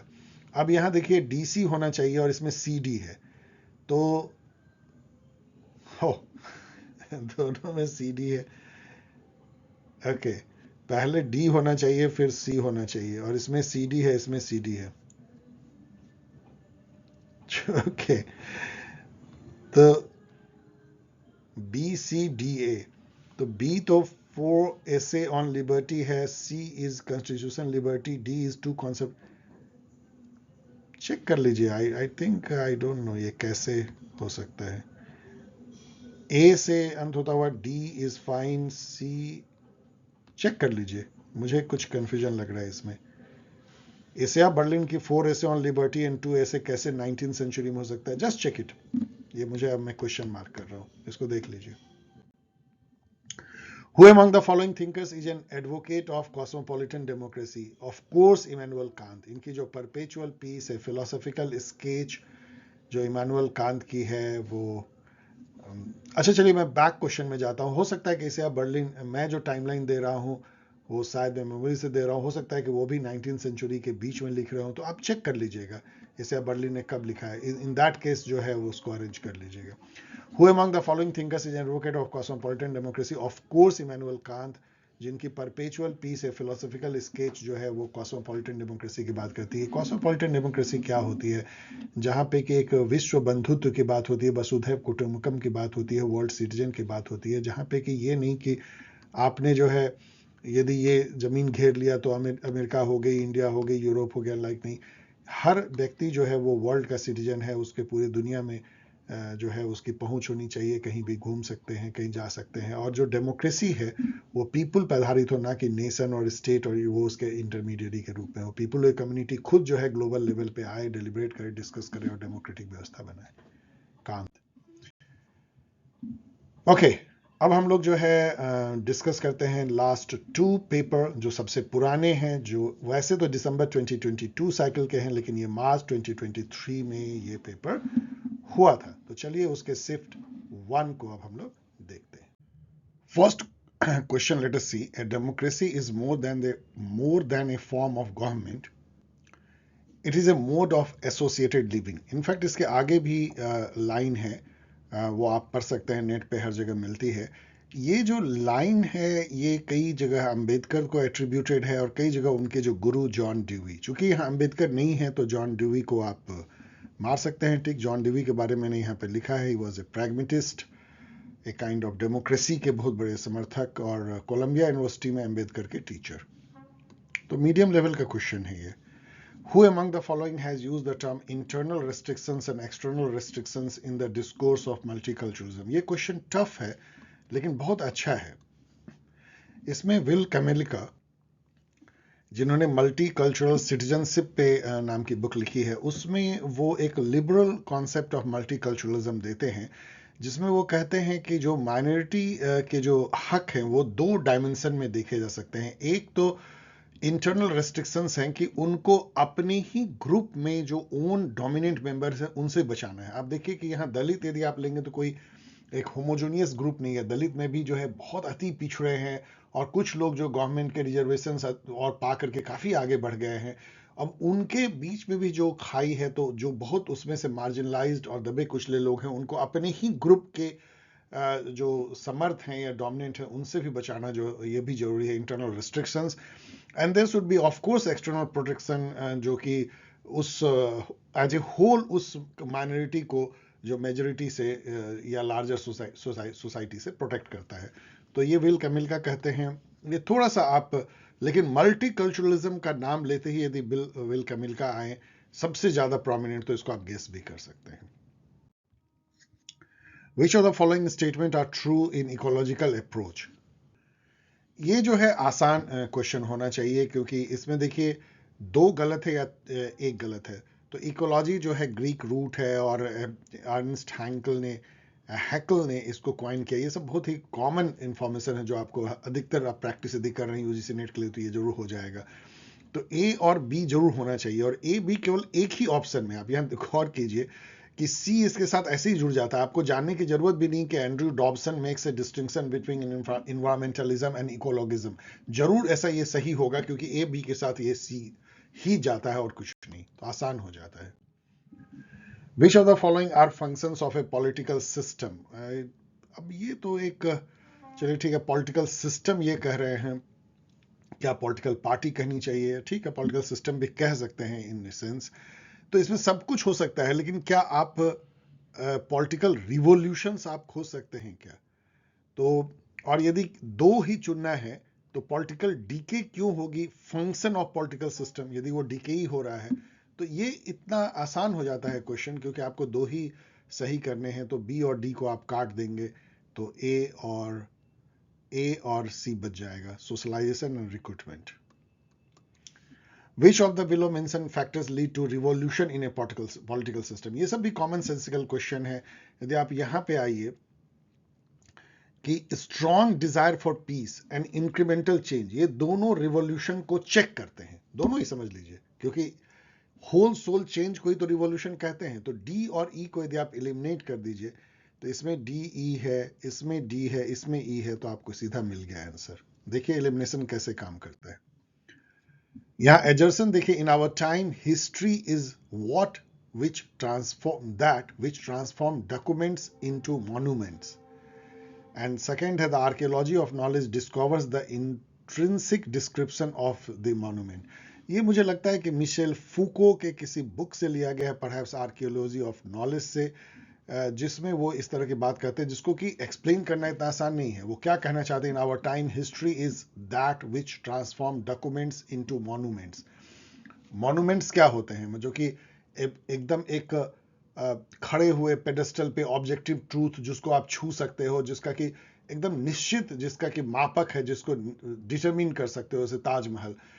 तो हिस्ट्री जो है वो जो डॉक्यूमेंट्स हैं, जो कि बहुत सारा कैओटिक इवेंट और बहुत सारे रियल इवेंट का एक सम्मिश्रण है, उसको हम एक अनचेंजेबल एक मॉन्यूमेंट में बदल देते हैं। मतलब एक तरह से बुराई है कि किस तरीके से नॉलेज को जो है एक तरह से, जिसको आप कह सकते हो, सॉलिडिफाई की जाती है या स्टल्टिफाई की जाती है। और जो आर्कियोलॉजी ऑफ नॉलेज जो है, वो उस मॉन्यूमेंट के अंदर घुस करके हम जो है उसको डिकंस्ट्रक्ट करते हैं, उसको तोड़ते हैं एक तरह से समझने के लिए कि ये बना कैसे था। तो इस तरह के बात पोस्ट मॉडर्निस्ट कर सकते हैं। तो ओके, ये लेकिन डिफिकल्ट है, इस तरह क्वेश्चन पूछे नहीं चाहिए, क्योंकि बिना किसी कॉन्टेक्स्ट के इन्होंने डाल दिया है, एज इफ की कोई यूनिवर्सल ट्रूथ हो, जबकि ये मिशेल फूको के लाइन लगते हैं। इन्होंने बुक लिखा था the archaeology of knowledge. Statement 1 देखिए, rights essentially belong to the sphere of conflicting claims between individual and the state. कौन बोलेगा नहीं? यही तो हक है एक इंडिविजुअल, और अधिकतर स्टेट के अगेंस्ट ही वो राइट होती है। Any political theory which holds that an individual cannot have certain rights against the state is no theory of right. Of course, ये दोनों बिल्कुल ही सही है। Arrange the following books according to their publication year, तो मैंने चारों का दे दिया है। अगेन यहाँ पे आर्कियोलॉजी ऑफ नॉलेज आती है, मिशेल फुको की ह्यूमन कंडीशन आती है, हाना आरेंट की sphere of justice, communitarian Michael Walzer, और कम्युनिटेरियन मैकलेंटायर के आफ्टर वर्च्यू। ये सब बहुत ही फेमस बुक है, इसको आप जरूर जानना चाहिए। इसके अंदर क्या है वो भी थोड़ी बहुत जाननी चाहिए, तो आप इसको मैच कर सकते हैं, मैच नहीं मतलब अरेंज कर सकते हैं। अब यहाँ फिर अरेंज करने की है, जो कि मतलब मुझे तो कुछ समझ नहीं आया कि क्या कहना चाहते हैं। बहुत ही मुश्किल है इसको एक ऑब्जेक्टिव वे में अरेंज करना। ये कहते हैं कि कॉन्स्टिट्यूशनलिज्म का जो विकास हुआ है दुनिया में, उसमें पहले कौन आया, बाद में कौन आया। अब ये कहते हैं कि सबसे पहले जो है पॉलिटिकल सेपरेटिज्म होता है, मतलब कि जो ऑर्गन के जो 3 ऑर्गन है स्टेट के, एग्जीक्यूटिव, जुडिशरी, लेजिस्लेचर, वो सेपरेट होते हैं मॉन्टेस के अनुसार। सी होती है। फिर बी जो है वो कोडिफिकेशन ऑफ लॉ होती है, आई डोंट नो इसके बाद हुई है क्या पहले नहीं हुई है। और फिर डी होता है कॉन्स्टिट्यूशनल मोनार्की आती है, और फिर जो है चेक्स एंड बैलेंस होते हैं। बस, और इससे भी क्या कहा जा सकता है, इसको तो किसी भी तरीके से अरेंज किया जा सकता है। इसका ऑफिशियल आंसर ये है, वेग। अब आइए लास्ट जो शिफ्ट 2 है मार्च 2023, जो कि दिसंबर 2022 साइकिल की है। आपने यहाँ पे देखा होगा कि क्वेश्चन कम से कम होते जा रहे हैं, और ये भी गौर किया होगा कि इस बार कितने ज्यादा क्वेश्चन जो है पूछे गए हैं। तो जो ट्रेंड है वो पॉलिटिकल थ्योरी की तरफ ज्यादा बढ़ रहा है।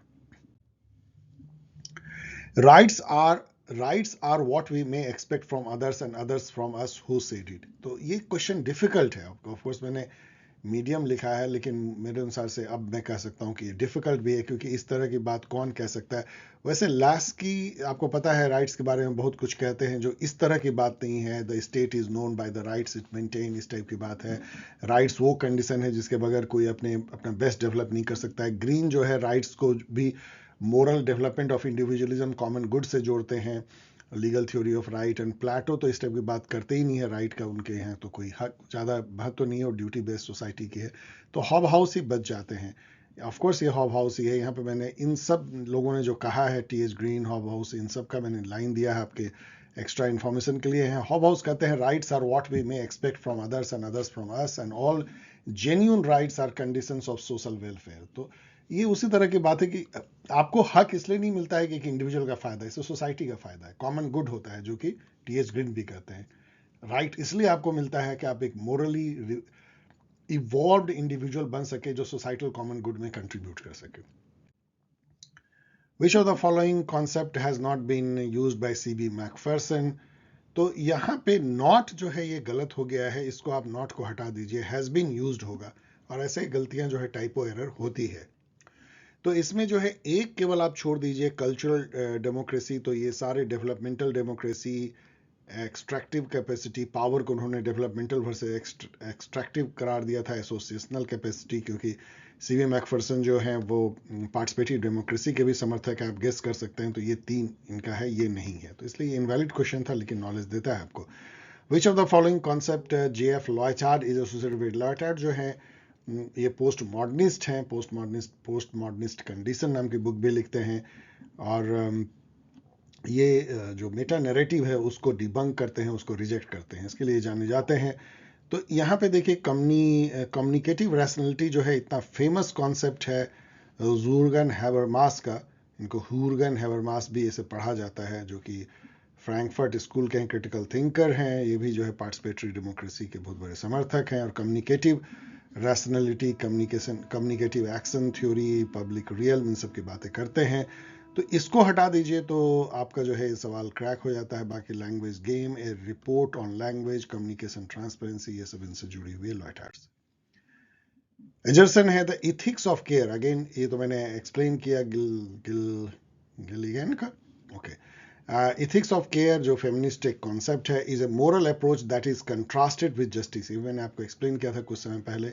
Man in general seems to employ their reason to justify prejudice. ये दोनों ही कथन सही हैं। ये इसको एक्सप्लेन भी थोड़ा बहुत तो करता ही है, तो एक के साथ जाते हैं। ये बेसिकली ये कहता है, फिर से मैं बोल रहा हूँ कि जो कॉन्सेप्ट ऑफ जस्टिस जो है ना, वो अगेन मैन का है। मतलब इम्पार्शियल होना, ऑब्जेक्टिवली किसी ट्रूथ की तरफ जाना, ऑब्जेक्टिवली ये डिसाइड करना कि क्या करना फेयर है, क्या करना अनफेयर है, फेयर वे में सोसाइटी में डिस्ट्रीब्यूट करना प्राइमरी सोशल गुड को। ये सब जो है फेमिनिस्ट कहती हैं कि जो हमारा जो जो जो रिलेशनल जो थॉट जाता है, जो केयर पे जाता है, एम्पैथी पे जाता है, सेवा, उससे जस्टिस एकदम डिवॉइड है। उसको जस्टिस अपने अंदर लाता ही नहीं है, उसका डिस्कशन भी नहीं करता है, उसको अपने फोल्ड में भी नहीं लाता है। और इससे वो कहते हैं आगे कि मैन जो है अपने रीजन को यूज करते हैं, जो समाज में प्रेजुडिस चल रहे हैं, जो जेंडर जो रोल हैं, जो कि स्टीरियोटाइप हैं, उसको एक तरह से जस्टिफाई करने के लिए। Given below are two statement, one is labelled assertion A. और चलिए तो एजर्सन देखते हैं। Justice for all is compatible with equality. आपको पता है कि ये सोशलिज्म में यही तो होता है, सोशल जस्टिस जो है इक्वलिटी के थ्रू लाई जाती है। जस्टिस रिक्वायर पॉजिटिव लिबर्टी, ये बिल्कुल गलत है। ऐसा क्यों जस्टिस के लिए क्या पॉजिटिव लिबर्टी चाहिए, जो कि इसे बर्लिन ने निगेटिव एंड पॉजिटिव लिबर्टी दिया? I don't think so. Assertion है authority demands unconditional unquestioning obedience and can therefore engender a climate of deference. Deference मतलब आप किसी की बात मानने लगते हैं। एंड एबडिक्शन मतलब भाग जाते हैं उसे। Abdication of responsibility and uncritical trust in the judgment of other. ये एक सोच है कि ऑथोरिटी, जैसे कि किसी के पीछे यदि आप भक्त बन के लग जाए तो ये होती है। तो चलिए इसको ट्रू माना जा सकता है। Authority is a threat to reason and critical intellectual understanding. यदि इसको आप ट्रू मानते हैं तो ये भी ट्रू हो जाएगा। तो इन दैट केस चलिए इसको एक्सप्लेन करने लगेगा, लेकिन ये सब बहुत ही वेग स्टेटमेंट है, नहीं देना चाहिए। It is a one perspective. Statement है the new right. New right मतलब जो एक तरह का लिबर्टेरियन, जो प्राइवेट प्रॉपर्टी को सैक्रोसैंक्ट मानता है, गवर्नमेंट का रूल को मिनिमम मानता है, इवन टैक्सेशन को भी नहीं मानता है, डिस्ट्रीब्यूटिव जस्टिस को नहीं मानता है। The new right is concern to advance the cause of liberalism against democracy. Against democracy तो नहीं है, किसी भी तरीके से लिबर्टेरियन जो है, लिबरल की धारा है, लिबरलिज्म कभी डेमोक्रेसी के अगेंस्ट नहीं जा सकता, इसलिए ये फॉल्स हो जाती है। The free market does not always operate perfectly, ये बिल्कुल सही है। The free market does not always operate perfectly, काफ़ी इम्परफेक्शंस मार्केट ऑपरेशंस में होते हैं और गवर्नमेंट को इंटरवीन करनी पड़ती है। And it's benefit radically outweigh it's disadvantage, ये बिल्कुल गलत है। इसकी नोबडी नोज, कई बार इनके जो डिसएडवांटेज है वो आउटवे कर सकते हैं बेनिफिट को, उल्टा भी हो सकता है, इसलिए ये तो बिल्कुल फॉल्स है। तो दोनों ही फॉल्स स्टेटमेंट। यहाँ पे तो बहुत ही आसान है। साइलेंट स्प्रिंग जो है रैचर्ड कार्सन से आप मिला सकते हैं। Tragedy of commons Garrett Hardin, and imagine community Benedict Anderson, और डीप इकोलॉजी, ये सब याद भी कर लीजिए। आर्नी नाइस नॉर्वे के ये थे। Chronologically arrange the books in order of their year of publication, मैंने यहाँ सबका दे दिया है। ये सब बहुत फेमस बुक है। जर्मन आइडियोलॉजी 1845 कार्ल मार्क्स की, स्टेट एंड रिवॉल्यूशन लेनिन की है, पॉलिटिकल सिस्टम डेविड ईस्टन, और structure of scientific revolution Thomas कुन, जिसमें वो पैराडाइम शिफ्ट की बात करते हैं, मतलब जो साइंटिफिक रिवॉल्यूशन को वो पैराडाइम शिफ्ट से जोड़ते हैं। तो इसको आप मैच कर सकते हैं, इसको कई और तरीके से इतना बिना जाने हुए भी आप मैच कर सकते हैं। So dear student, thanks for watching. और यदि आपको वीडियो पसंद आया हो तो शेयर करें, लाइक करें, कमेंट करें। और यदि आप जून, मैं फिर से याद दिला रहा हूँ, जून की जो साइकिल है यूजीसी नेट की, यदि आप उसको दे रहे हो चाहे पॉल साइंस से या आईआर से, तो आपके लिए स्टिल 15 डेज में मेक और ब्रेक चांस है। आप अपने नेम, टेलीग्राम आईडी और मोबाइल नंबर भेजें paulsciencehelp@gmail.com पे। आपको गाइड किया जाएगा कि कैसे आप इस क्रैश कोर्स का पार्ट बन सकते हैं।